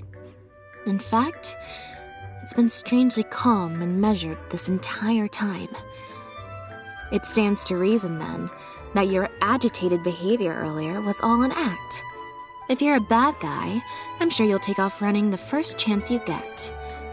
If you're a good guy, the most likely explanation is that you're a member of the Guards, or some similar organization. And you're basing this off of? Intuition. Nothing more. Intuition. Well, I have to hand it to you, Lynette. You're right. I'm a member of the Guards. The name's Elodie. I'm currently investigating a cross-border smuggling case. This cat here, Bonnie, what's her name? Well, her owner is one of the prime suspects of our investigation. A couple of days ago, our suspect got wind that we were on his tail and fled. That's most likely how he got separated from the cat. I just so happened to stumble upon your notice in the Steambird, so I decided to see if he'd come back for her. But it looks like I overestimated him. The impact of this case has been huge. The Marechaussee Phantom, the Guards, and the Special Patrol have all launched investigations. If there was even the slightest chance that he would show himself, I had to follow up on the lead. A new kind of illegal drug, imitation synth. We confiscated all the synth on the market, but addiction isn't something that goes away overnight. Even without substances on the market, people are still looking for a way to get their next fix. And criminals are all too eager to capitalize on that addiction. That was the impetus for imitation synth. Needless to say, a small-scale market opened up very quickly. After the original synth debacle, we put several measures into place to prevent similar incidents from occurring. The perpetrators got smart, though, and shifted their sales overseas before those measures could kick in. That's when the imitation synth smuggling began. We only recently got word of the presence of imitation synth overseas. We managed to track down evidence of some early transactions. What we were able to find out, however, hasn't proven that useful given the amount of time that has passed. The Marechaussee Phantom launched an investigation to track down every person in Fontaine capable of producing a drug like that. He's a researcher at the Fontaine Research Institute. His name is Pierre. Pierre Lafayette, to be exact. Lefebvre.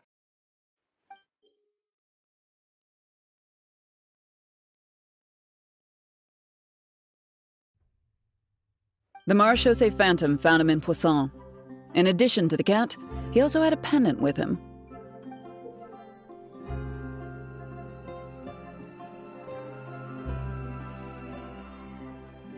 At first, there wasn't much cause for suspicion.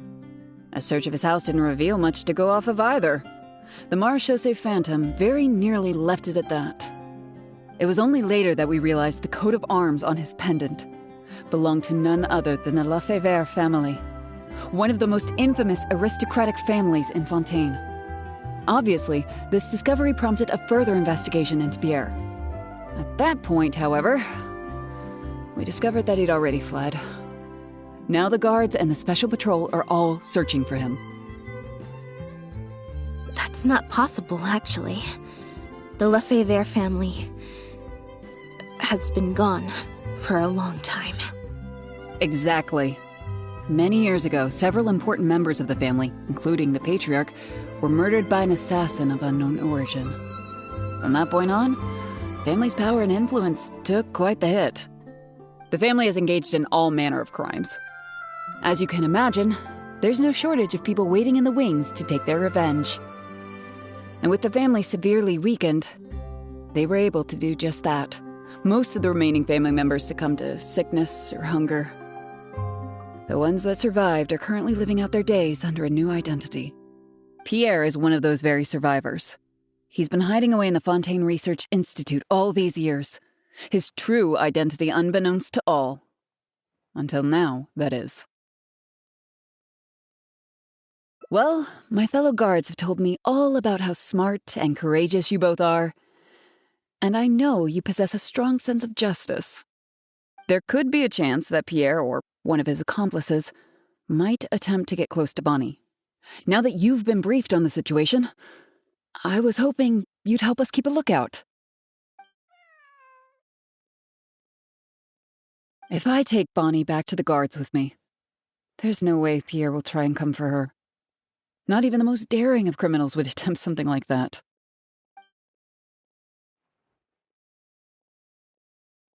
I have to admit, I'm not holding out too much hope that Pierre will come back for her. But if there's even the slightest chance, then it's worth a shot. Well, I've got some other leads to follow up on.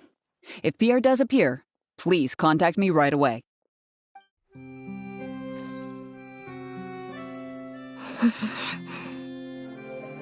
It's nothing. I'm fine. It's just the head of the Lefebvre family. He was the eminent person who kidnapped me all those years ago. It was at a dinner party. Someone tricked me into boarding the Lefebvre family carriage. Whoever it was, they took me back to their home. But before anything worse could happen, Father intervened. Yep. Father was the one who orchestrated the fall of the Lefebvre family. That's what led Lenny and I to join the House of the Hearth. After all these years. I never thought I'd hear the Lefebvre name again. Don't worry about me. I wasn't feeling sorry for myself. I was just thinking about Lenny. He's been acting strange recently. He avoids me for days on end, consumes himself with some secret investigation, and then out of the blue pushes me to do that acting job. Thinking about it now, it's almost like the one I drew from that deck of cards was part of his plan all along. He must have asked Furina to help him out. In any case, I know he's hiding something from me. It's very possible. I'm sure he tried to send me away because he was afraid it would bring up some painful memories for me. It wasn't necessary, though. Even after all these years, he's still as overprotective as ever. You'll have to help me teach him a lesson if we run into him along the way. Yep. I want to head to the Fontaine Research Institute to learn more information about Pierre. Just let me activate search mode and then we'll head out. Who knows? maybe we'll run into Linny along the way. A little bit of both, perhaps. For the most part, though, I just have the sense that something's not right. Something isn't adding up about Pierre's story. I'm just not sure what. Okay, I'll write a letter explaining everything to the crew. Once that's done, we can head out.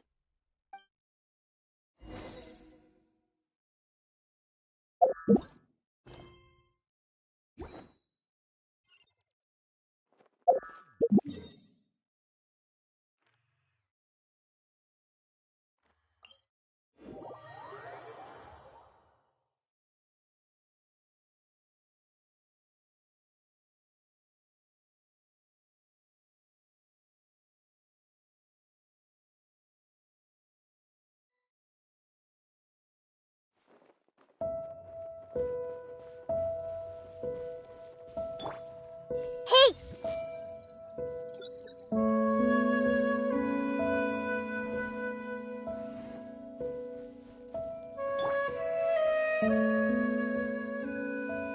Lynnette, you're, not at rehearsal?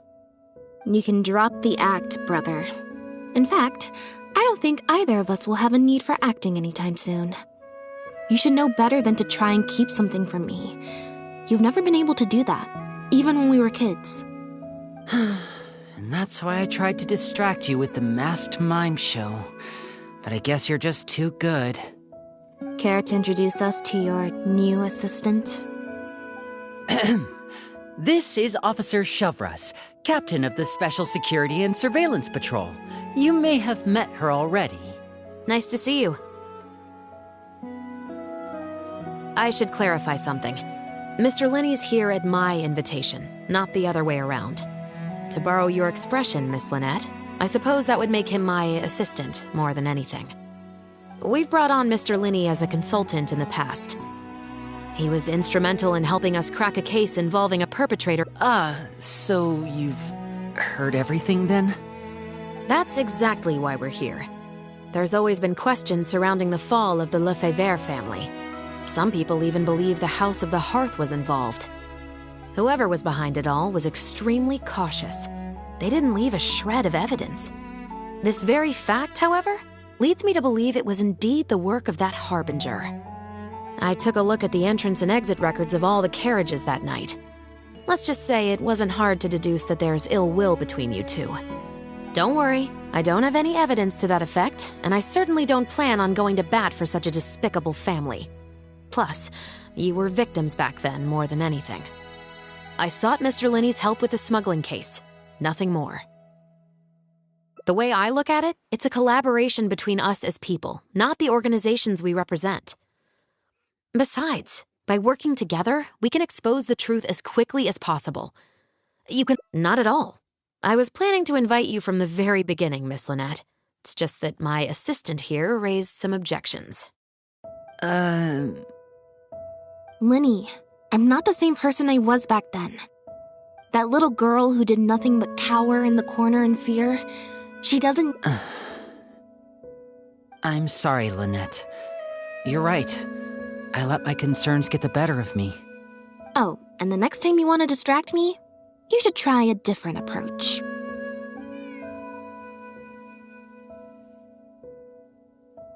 Who's this? You pick up a stray while I was gone?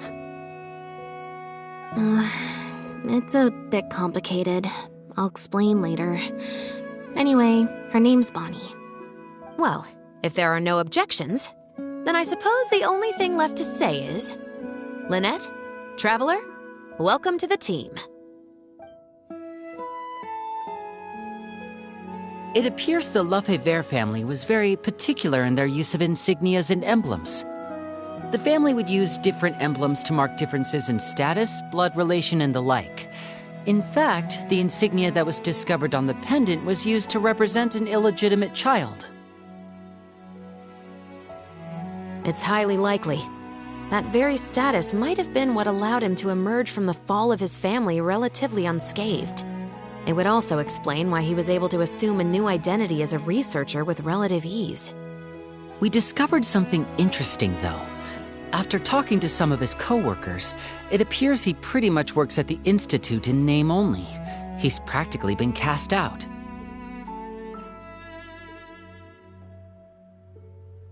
Apparently, Pierre was once addicted to synth. He tried to use the resources at the Institute to create a substance with a similar effect. He claimed it was just for research purposes, but the Institute revoked his access to the relevant materials regardless. He was placed on disciplinary leave, pending a thorough investigation of his actions. But it seems the Institute ran into some trouble along the way. Could have been a lack of personnel or a timing issue. In any case, they had to table their formal investigation into Pierre. Unfortunately, that also included reporting any relevant information to the higher authorities. As for his family background, it appears none of his co-workers at the Institute were aware of that information. All they could, other than the pendant, we didn't find anything else of note at his residence in Poisson. Based on the samples of imitation synth we've been able to analyze, it appears the substance leaves behind strong traces wherever it's produced or stored. Those traces might not be obvious to the casual observer, but they're not something our guard poodles would miss. Pierre's home, though, came up completely clean.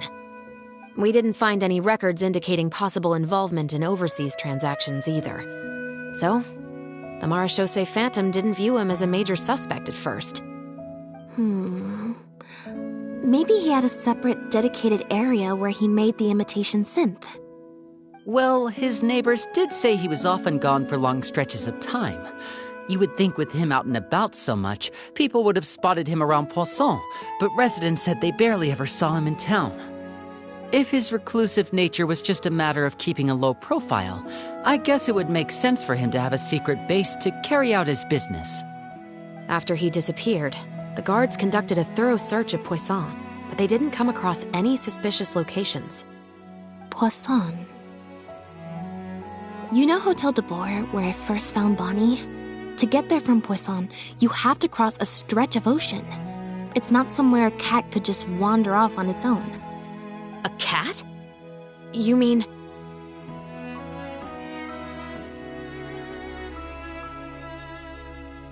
Bonnie is Pierre's cat. Oh, that's right! When the Marechaussee Phantom first tracked him down, I remember there being something about a cat in their report. So this is her? From what we've learned about Pierre's habits, he doesn't seem like the type to venture out without a purpose. So what you're saying, Lynette, is that Bonnie... Exactly. Bonnie might even know where it is. Wait, you think the cat can lead us there? But she's not trained like one of our guard poodles. How is she supposed to understand what we want her to do?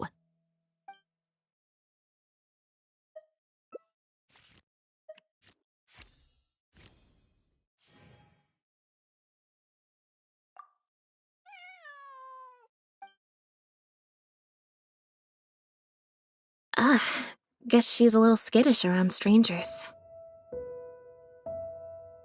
Meow. Meow meow.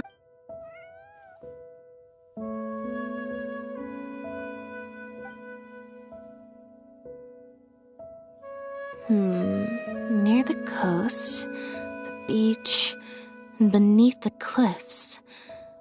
The place we're looking for is most likely north of the Court of Fontaine. Well, I've certainly never taken a witness statement like this before. Well, if it works out, maybe it's something worth getting used to. Cats and humans are actually pretty alike. When it comes to communication, most of what we want to convey can be accomplished through body language alone. But humans tend to rely too much on speech to ever take advantage of that fact. Of course, body language has its limitations. You're not going to be able to get across anything too complicated. The important thing is that we now have a lead. Let's try and find a place that matches the clues Bonnie gave us.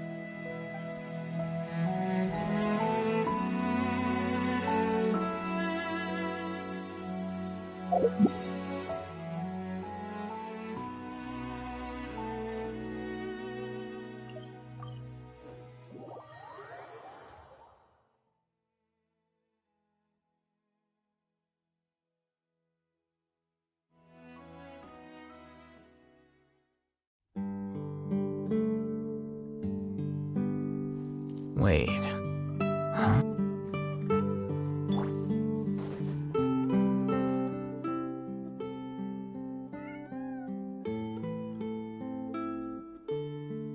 Seems like Bonnie is trying to take us somewhere.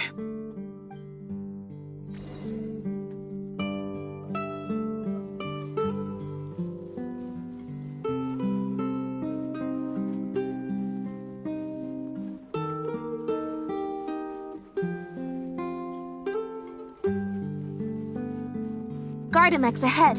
Look out!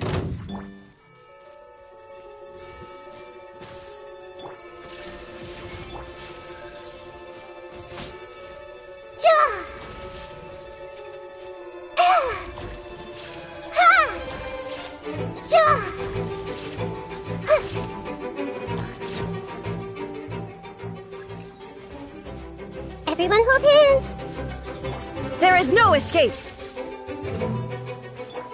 Diffract!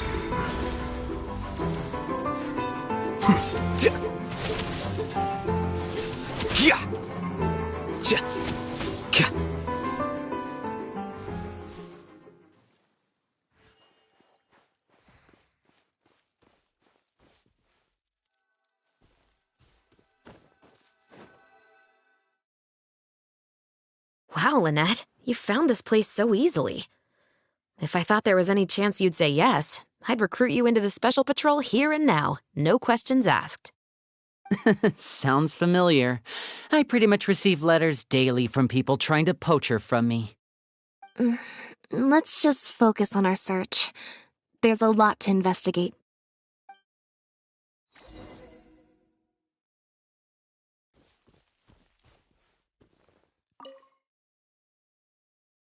Aha!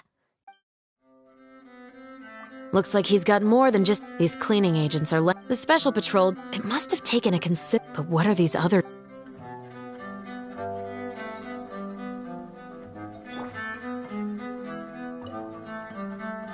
The material these bags are made of, it's quite rare. It's the very same, actually. Romaritime flower fiber. But there's something special about the composition of these bags. I took a closer look, and it appears they're not only waterproof, but also corrosion and leak resistant. Even the strings look specially designed to keep the bags closed nice and tight. I came across some bags made of the same material just now, but they were much smaller and thinner. From the look of them, very similar actually. Normally it would be easy for a guard poodle to sniff out the imitation synth, but if it was sealed away in a bag like that, it might be possible to elude detection for some time. But what could these big bags be for then? If the goal is to keep the imitation synth hidden and sealed away, these bags seem a bit too conspicuous.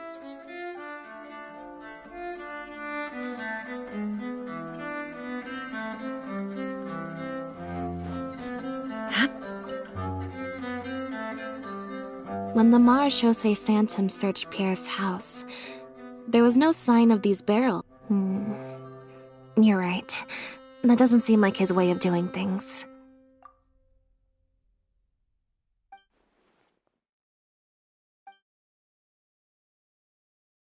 Only the lower halves of the barrels appear to have been submerged in water.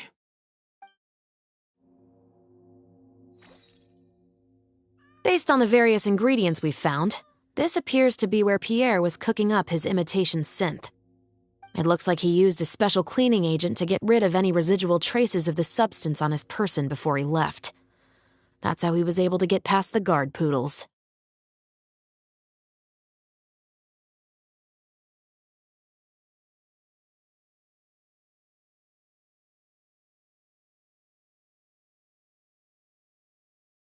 So then he transferred the imitation synth into small sealed bags and took it somewhere else for the drop-off.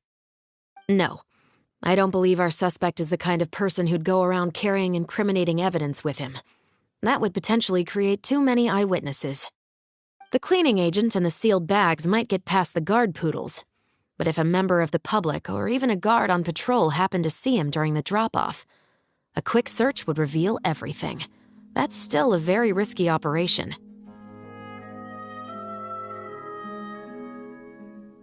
The barrels we found were wet around the base, but the top half was dry.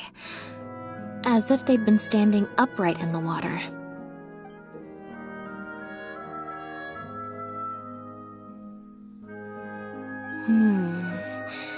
If you put...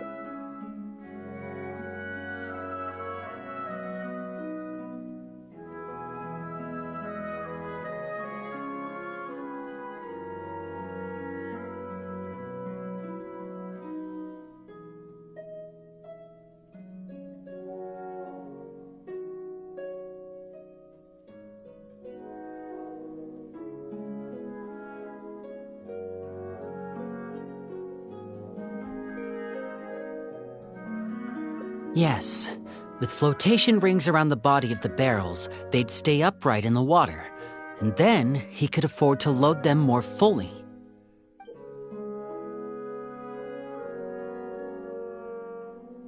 You think he used floating barrels? I suppose if he acted at night, when there are very few other boats around and visibility is low, it's a valid theory. We can't rule it out. But then, wouldn't the barrels be carried off by the waves or the currents? How would the person doing the pickup know where to look?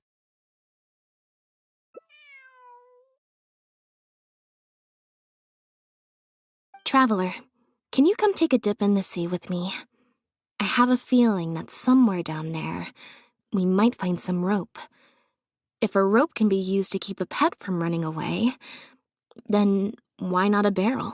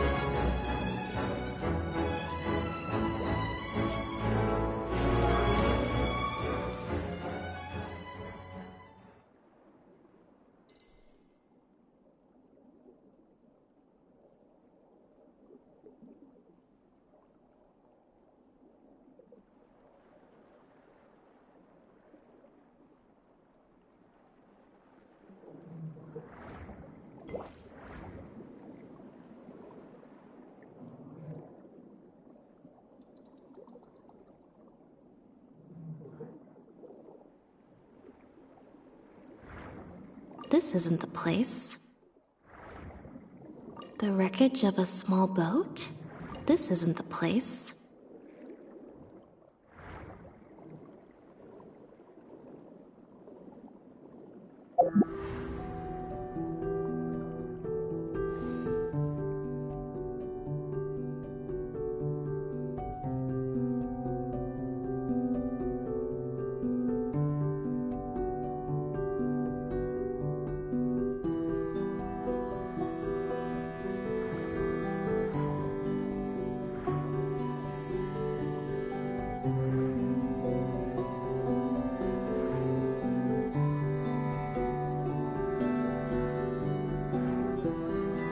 Got it. Time to go up and report.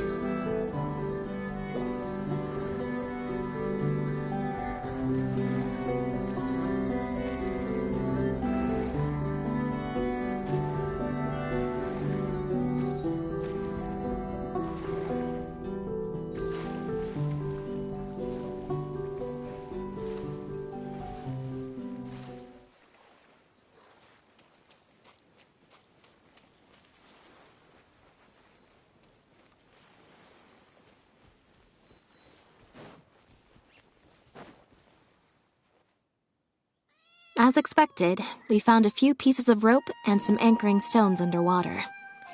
If you attach them to a floating barrel, it would look like this.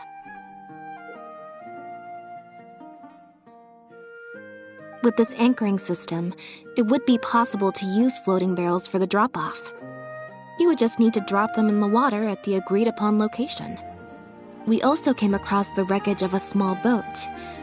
It must have been left out on the water and capsized due to the force of the wind and waves. Its small size, however, would have made it perfect for staying undetected. Let's talk this through. Based on the evidence we've collected, it seems like Pierre would row a small boat out to the agreed-upon transfer point, drop off the barrels, leave, and then row back and retrieve them after the transfer was complete. It could be that he was trying to avoid meeting up with his associate face-to-face. As one of the sole survivors of the Lefebvre family, maybe he was just used to that sort of elusive lifestyle. It seems like Pierre deliberately chose the floating barrel method so that the goods could be dropped off and picked up at separate times. That way, the two parties wouldn't have to meet each other. Well, if that's the case, they must not have a very close working relationship. Let's not jump to any conclusions just yet. Assumptions can be detrimental to solving a case. It's possible they were just trying to keep a low profile. Two boats sailing to the same location at once could be too conspicuous. The most important thing is that we can now confirm Pierre wasn't acting alone. The floating barrel drop-off system is proof enough of that. Let's say for now that he was only in charge of producing the imitation synth. That would mean there has to be at least one other person involved in the operation, likely in charge of transporting the goods across the border. Since we've determined that the goods were transported by boat, maybe we can track down some travel logs or something. We can certainly check the various ports for that information. It's possible, however, that Pierre's associate also used a small boat for the transport, and docked along the shore rather than at a large port. If that's the case, it's unlikely there would be any record left behind. Absolutely. Before Pierre disappeared, we made sure to investigate all sorts of outward-bound vessels. We also had port authorities keep a lookout for anything suspicious.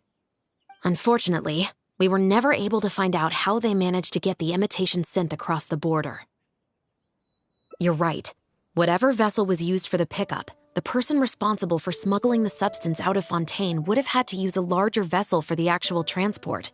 That's the only way they would be able to smuggle on a large enough scale to make a profit. They must have found a way to disguise the imitation synth to clear port inspections. Exactly. We can't let any opportunities slip through the cracks. Although, given the amount of ports that could be involved, we should probably split up. I'll run home and ask some of my brothers and sisters to try and dig up some information. I should also head back and update my platoon on our progress. I'll grab some reinforcements while I'm at it. Lynette, Traveler, why don't you head to Lumideus Harbor and see what you can find out? All right. Come on, Bonnie. You too.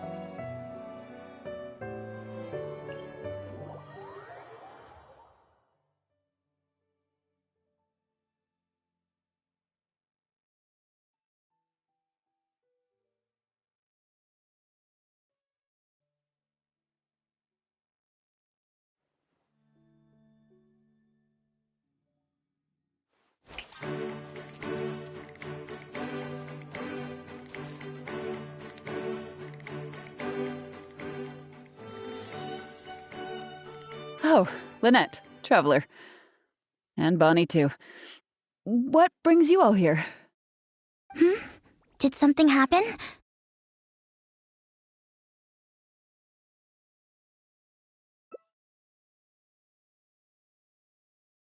Oh. I see. Thank you for everything you're doing for the people of Fontaine. I'm in charge of guarding the port. You mentioned you were after some travelogues, right? I can go fetch those for you. Looks like I've got another hard day of work ahead of me. No, not usually. It's this incident that happened recently. Before that, everything was normal. All we had to do was confiscate anything suspicious and we could call it a day. Pretty simple stuff. But things are much more complicated now. We somehow let suspicious cargo pass through the port undetected. Not even our guard poodles were able to sniff it out. Even worse, we still don't know how the perpetrator was able to conceal the goods so well. By suspicious cargo, do you mean imitation synth? Yep. However, prohibited substances are just one example. We confiscate all sorts of contraband during the course of our inspections. Or at least, we're supposed to. So what happens to the goods you confiscate? Oh, we keep them in a storage locker.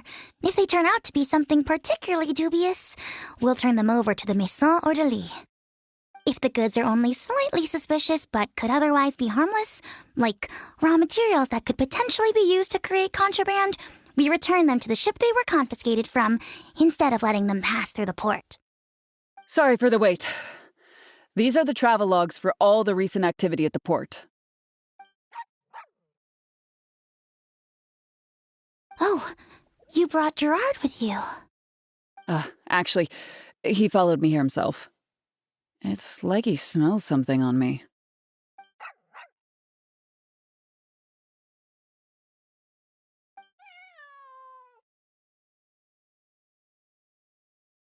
Huh.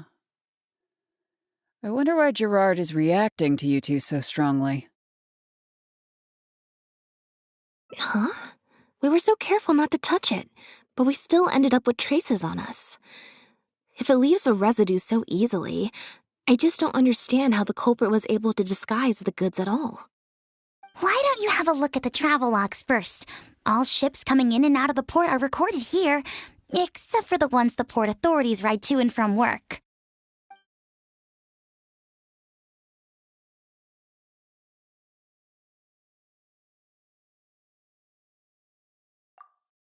The Humane Society. Their name is all over the exit logs. The purpose for leaving is always listed as overseas adoption. Ah, the director of the organization explained that, actually. He said a lot of the cat and dog breeds unique to Fontaine are also very popular overseas. So his organization offers an overseas adoption program. Bernard, the director of the Humane Society, was the man who came looking for Bonnie earlier.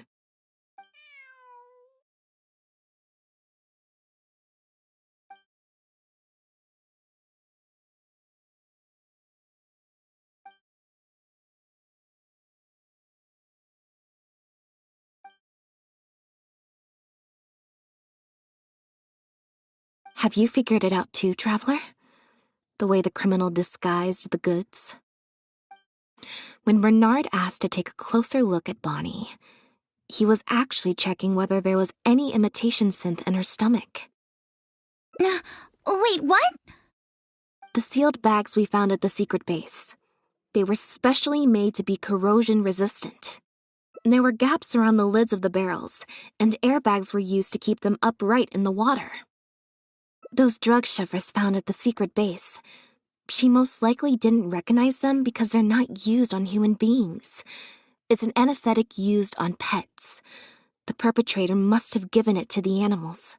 Pierre must have made the animals swallow the sealed bags full of imitation synth at his secret base. Then he stuffed them into floating barrels and left the rest to Bernard. The sealed bags combined with an animal's body odor would certainly be enough to mask the scent of imitation synth.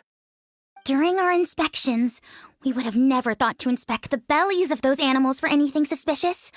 Even if we tried to feel around for something, I'm sure it would be difficult to detect. Exactly. I bet Bernard even transported animals with synth in their stomach alongside ones without. That way, it would be even harder to say with certainty that something was amiss. She's probably in the clear. Otherwise, Bernard would have never left without her. I'm guessing he didn't know whether Pierre had already hidden the next batch of imitation synth before he fled. Just imagine. He sees the notice we put in the Steambird, and it turns out that one of the very cats he gave to Pierre for the smuggling operation is out in the open, roaming the streets of Fontaine. If Pierre had already hidden the next batch of imitation synth, then Bonnie would practically be living proof of their crimes. He would have had no choice but to go after her. So, that's why he came to find you and insisted on taking a closer look at the cat. Wait a second, I'm a little lost here. I get the part about hiding the substance in the pets, but those, what did you call them again? Floating barrels? Why even put the animals in there in the first place? If you've got something as convenient as a floating barrel, why not just stuff it with the imitation synth directly? Why not wait to hide the stuff until after the exchange has been made? In order to make sure the animals could swallow the sealed bags, they made them extremely thin. Had they not done that, that step would have required a lot of energy, as well as a certain amount of technical expertise. So it was better left to the more experienced Pierre. We've already proven how easy it is to pick up trace amounts of imitation synth, so I'm sure Bernard was taking all the precautions he could to avoid the same fate. Okay, then let's head to the Humane Society right away and bring that guy to justice. I'll bring a Gardamek to speed up the process.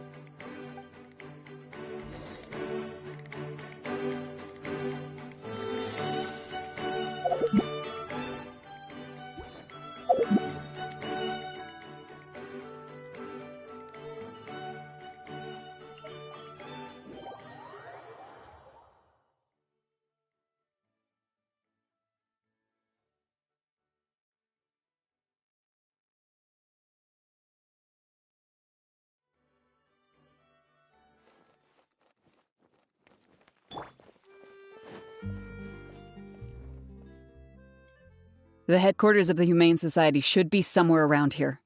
Bernard could show up any moment now. Ah, you're the people from earlier.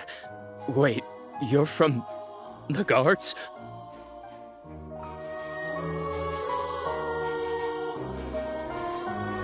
After him! We can't let him get away!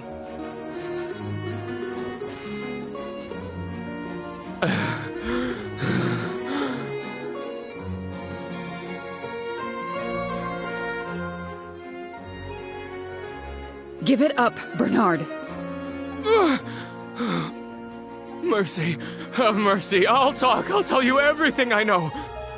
The Humane Society has done so much good over the years, and yet you have committed such an atrocious deed in its name. Look, I didn't have a choice, okay? My father cared about those blasted animals so much, he didn't bother to take care of his human wife and son at all. While those animals were showered with love, I lived worse than a dog. No one asked. Tell me, how did you first get to know Pierre? Well, after I took over the Humane Society, it gradually became harder and harder to maintain its operations. Until one day, someone suddenly passed me a letter. It said that I could stand to get a large sum of money as long as I helped them to transport some animals abroad. It was only after a few such transports that I finally understood what I was really transporting. But then Pierre wrote to me, saying that we were already partners in crime and that I better keep cooperating with him if I didn't want to be reported to the guards. I would order wooden barrels and flotation devices according to his instructions, and then load the sleeping animals onto a boat. Once I sailed to the location he provided, I would dump everything together into the sea. And a few days after that, I'd come by again in my boat and pick up the animals sleeping in the barrels. Once I had received enough of them, I'd bring them to the harbor to be adopted abroad. That guy, Pierre, he was running the entire show. He set up all the meeting times and found all the foreign adopters. Oh, and he even supplied all of the goods, too. I just did the transport. He was the one who planned out and executed everything else. Look, I don't know, okay? I've never ever met him in person. We've only ever communicated through letters. And when did he send his final letter to you? Just last night. He said that the Marechaussee Phantom is now after him, so he's planning to go into hiding for some time. He didn't mention where he's thinking about going, though, but he did tell me to look out for the guards. It's been a few days since Pierre's last appearance. I'd wager that he sent that letter after he found his hiding spot. I burned them. It was on his orders. I had to burn every letter after reading them. I wasn't even allowed to share them with the rest of the society employees.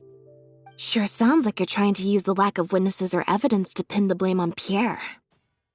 No, I swear, this time I'm only telling you the truth.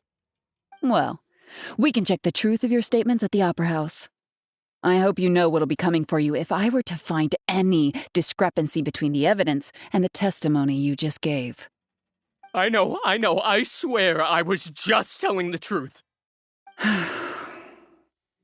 My thanks to you both. Had it not been for you, I really don't know what would have happened to this case. Bonnie helped, too.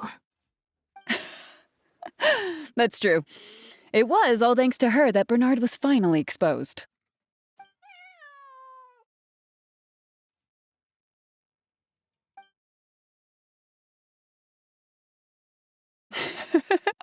And it looks like she's grown quite fond of you two as well. Then I'll leave you be. Just let me know if you find any other new leads.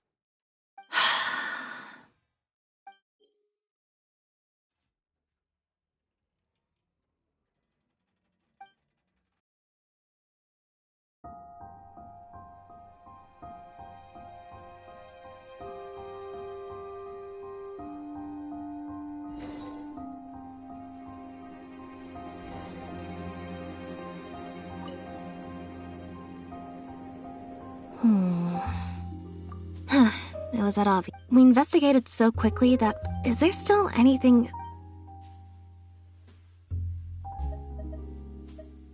Well, we've discovered that...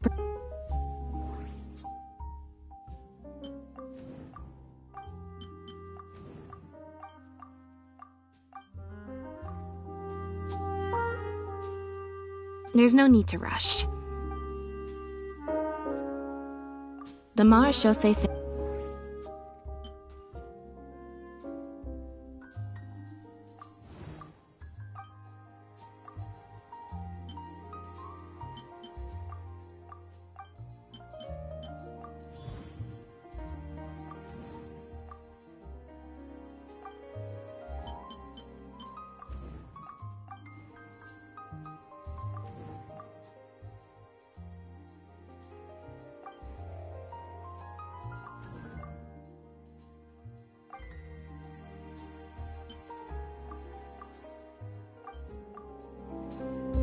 Why would he leave such an obvious trail for us to follow when he took so much care to not leave any traces of imitation synth in his home?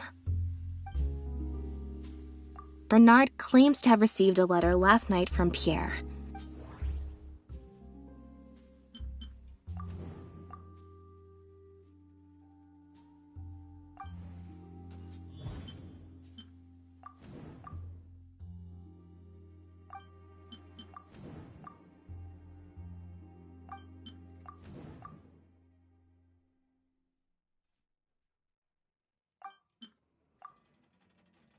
If Bonnie had imitation synth and thinking about it, but could it be that the person who wrote the...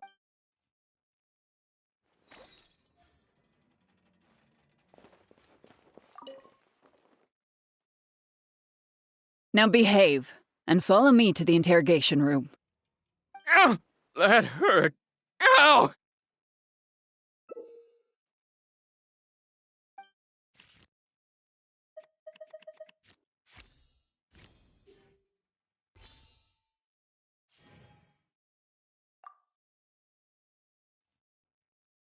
Is everything I still feel like Also, I've had this strange sense that something's off the entire time we've been on the case. And it has only gotten worse. Ugh, no good. I've still got... Alright, I'll stop thinking about it, for now. At the very least, we've made it so that no more animals will suffer like those poor animals did. And that's what I hope.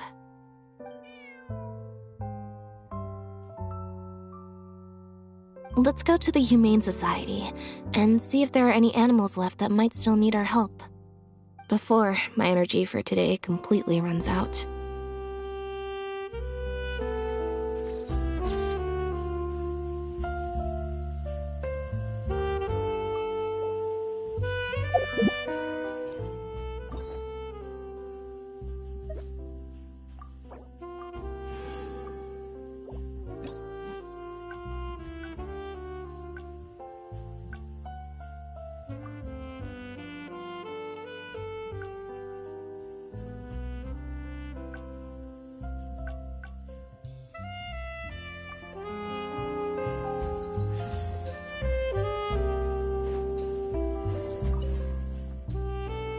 Now behave. That hurt.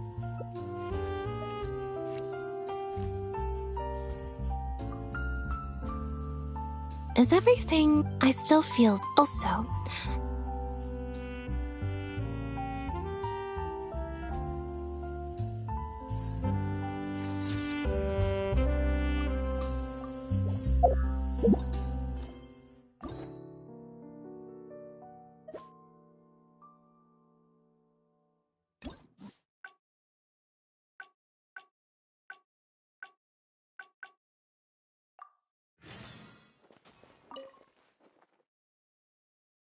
Behave. That hurt.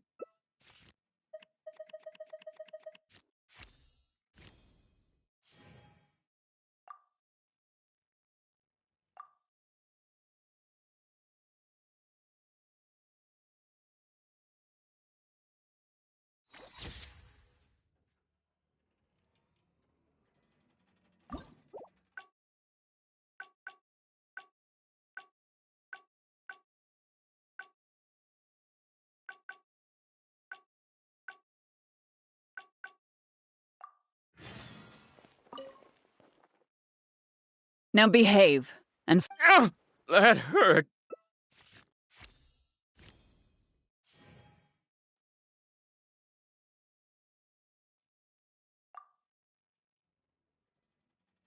Is everything... I still feel like... Also... Ugh.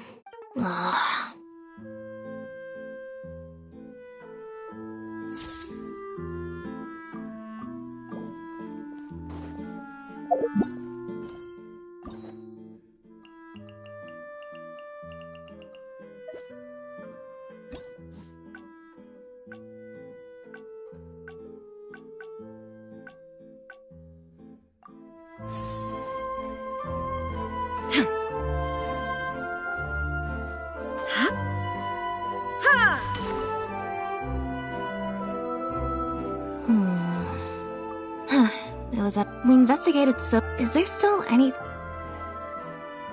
The Marechaussee Phantom found Bonnie and the Lefevre...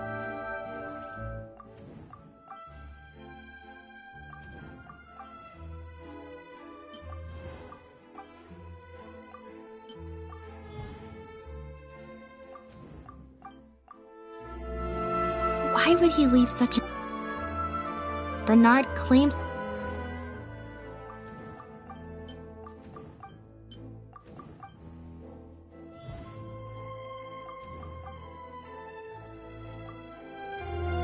If Bonnie had and thinking about it, could it be that the...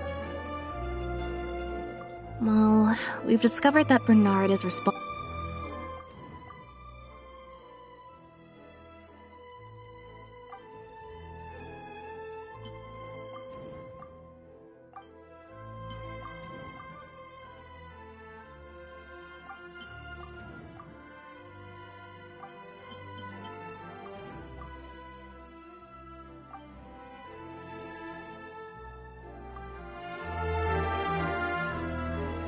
There's no need to rush.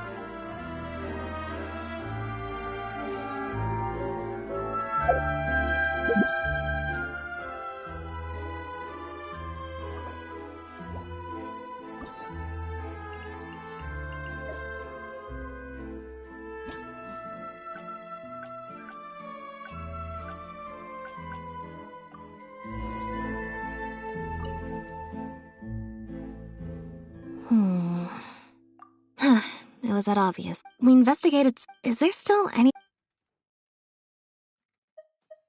Well, we've just.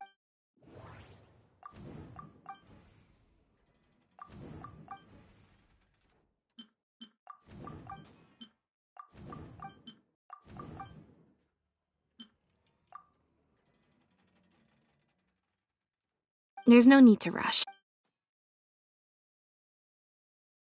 The Marechaussee family.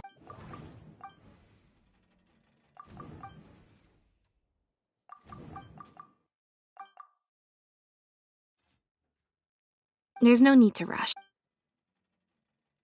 Bernard claims to...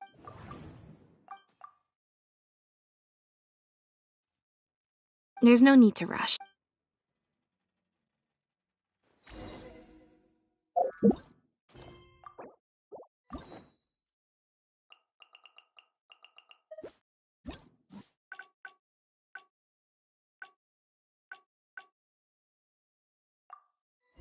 The world remains constant.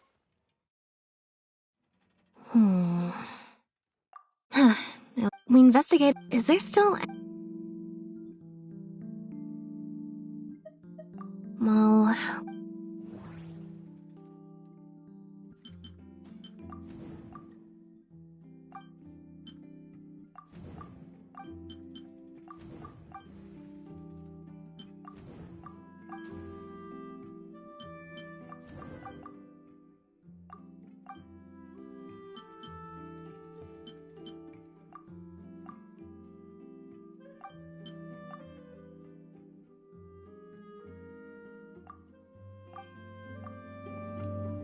Yeah.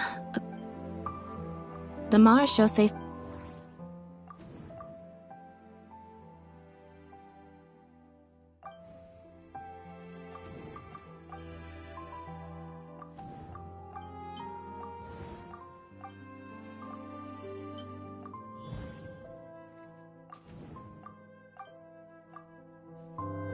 Why would he leave? Bernard claims to have received...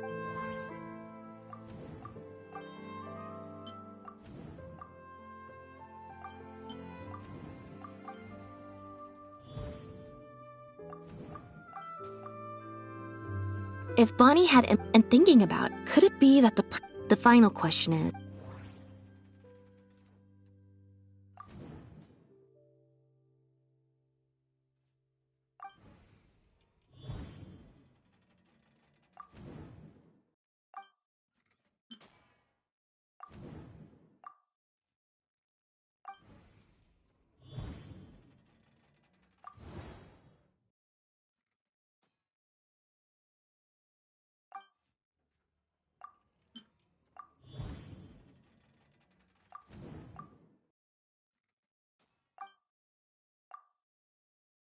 Deductive mode deactivated.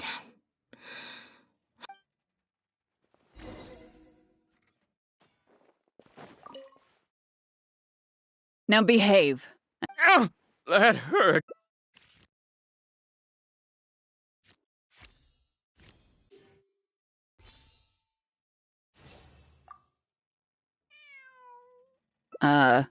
Is there something else you need from me, Traveler? Huh? I see. Hey, what are you... Because he has been kept in the dark all along.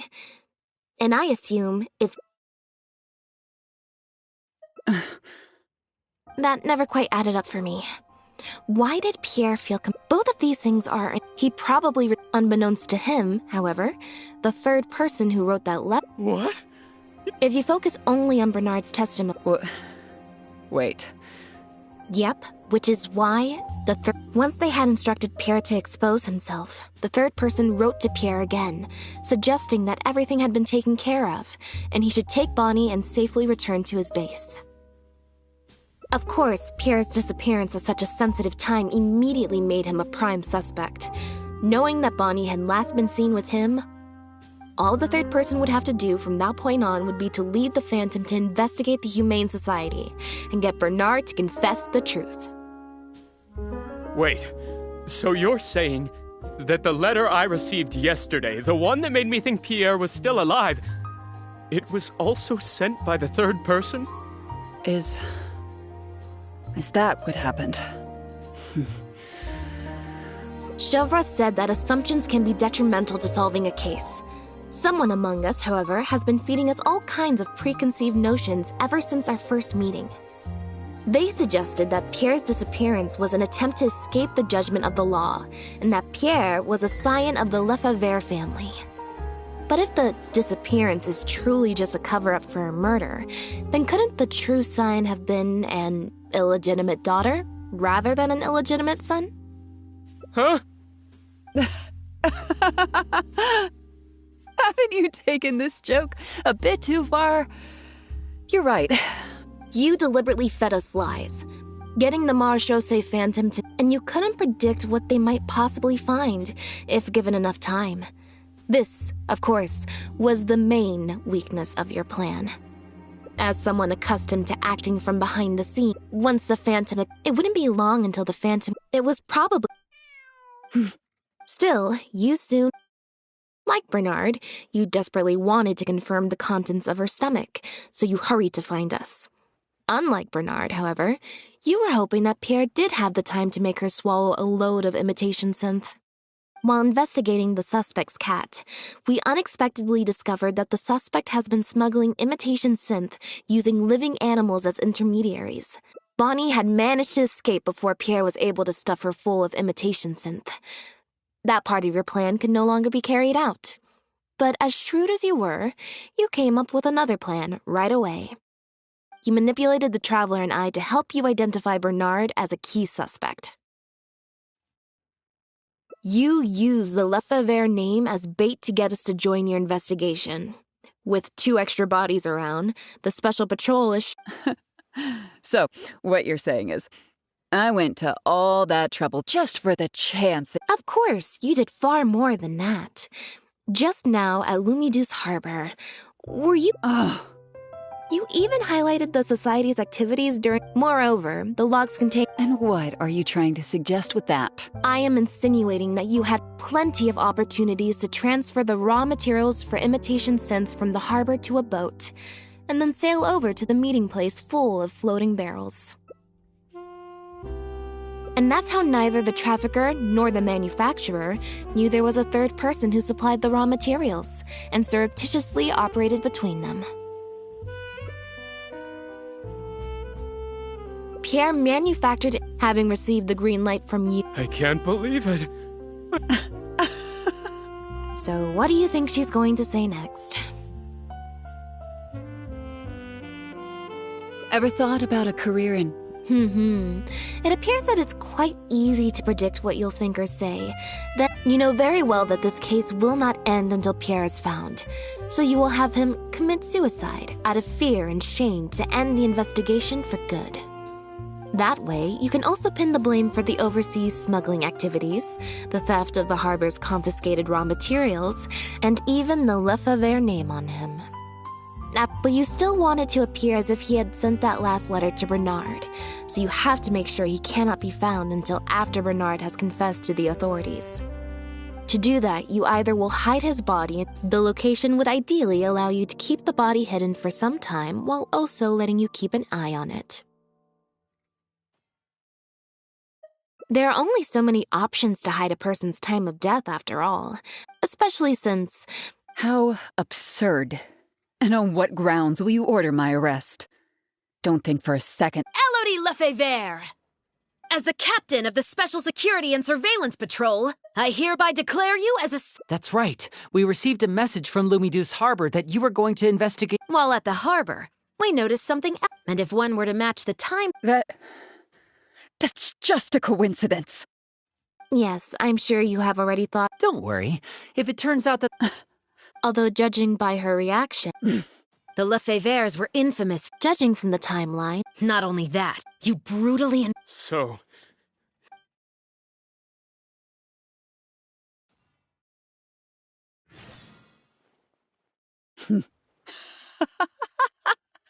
They were worthless scum. All of them. Not just Bernard and Pierre. But those Lefebvre... I lost all my chances of a normal life just because I was born into their lot. Not only that, but because they wanted me... I had to live in constant fear of them while they were alive. And even once they were gone, I had to... Do you know anything about what I've been through over all these years?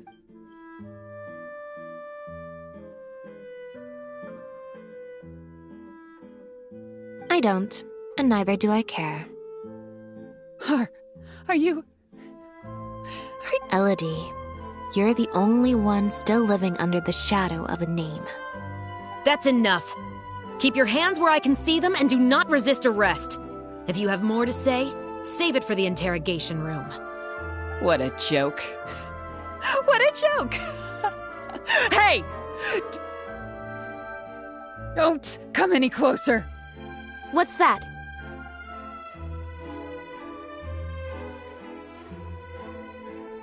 Know what this is? I've secretly planted loads of explosives in the Humane Society. Just one step closer and... whether they're cats, dogs, or just unlucky human employees, they'll all be blown up into smithereens. Surely you bunch of goody two-shoes won't let that happen, right?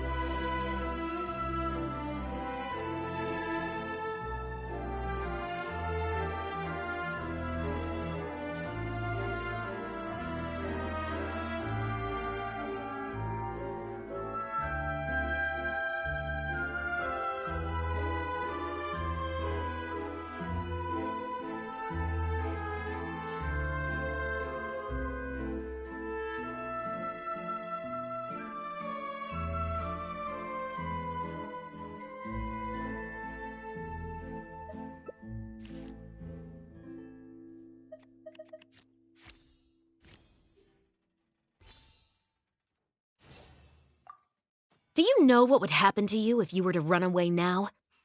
Once word of that gets out, would you rather go back with me now? No, I...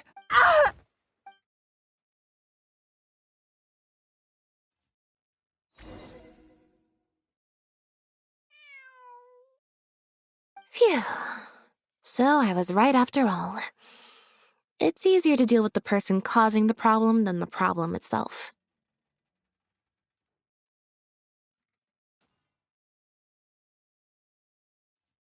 This is it. Looks like it's just a toy. Guess that's probably why she suddenly flipped and knocked out Bernard. He probably knew that there were no explosives at the society. Well, given that she never even showed her face to Bernard... Thank you for your help, if statements are all you need, can Linny provide them on my behalf? I still need to go back and explain some things to the crew. I also had an appointment with the Traveler before we got interrupted.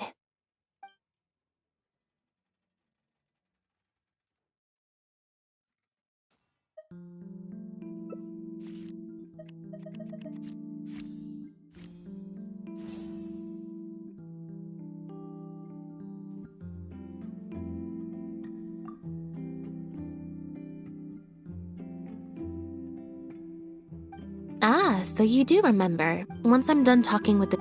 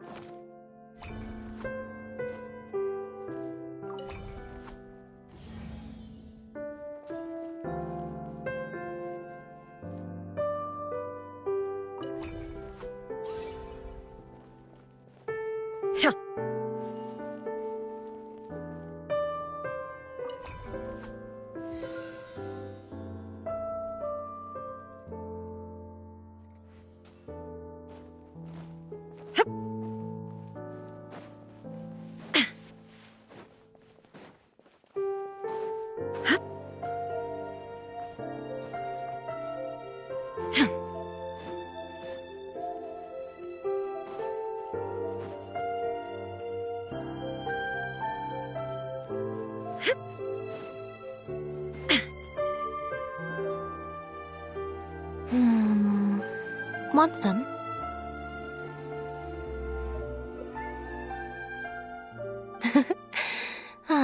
I see she's already... Not at all.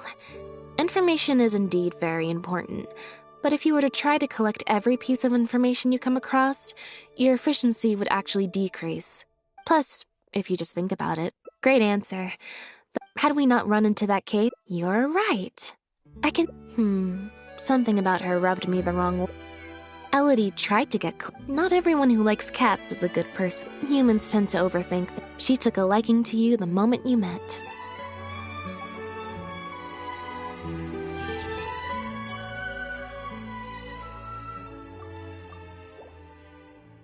I'll take a fresh fruit.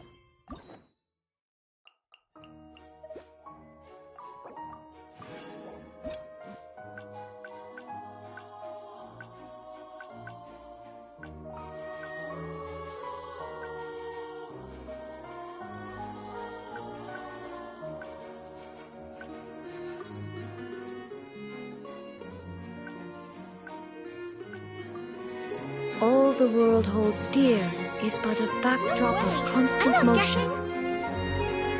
I stand before it, alone and unchanging.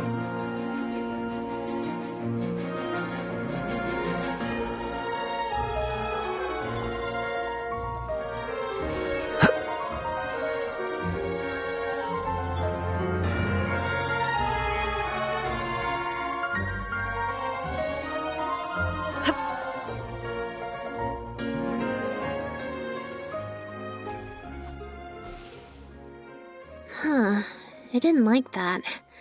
Was I using it wrong? Maybe if I just...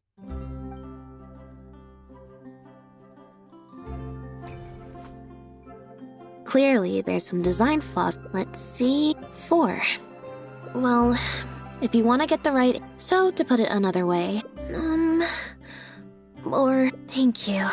Here, take the face... Also... Huh? What you're saying, is that real?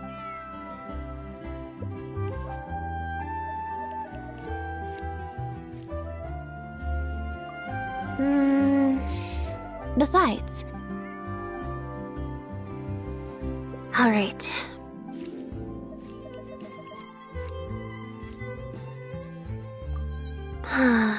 Back to the... There's 20 cards, and I should also mention...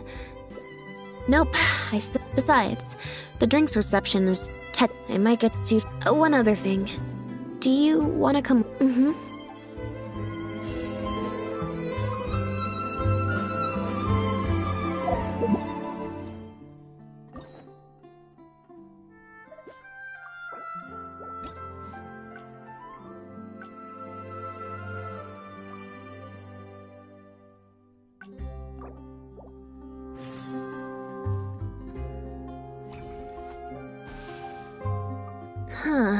I didn't like that.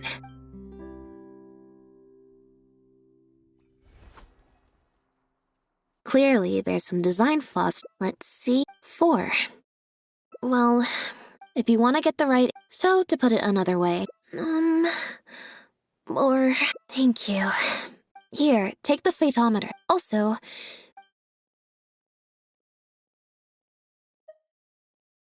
Huh?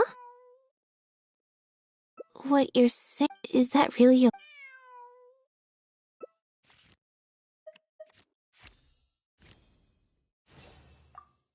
You make a good point. Okay, well... So, stick around here in standby mode? Oh, good idea. Bonnie's may as well. We could... Alright.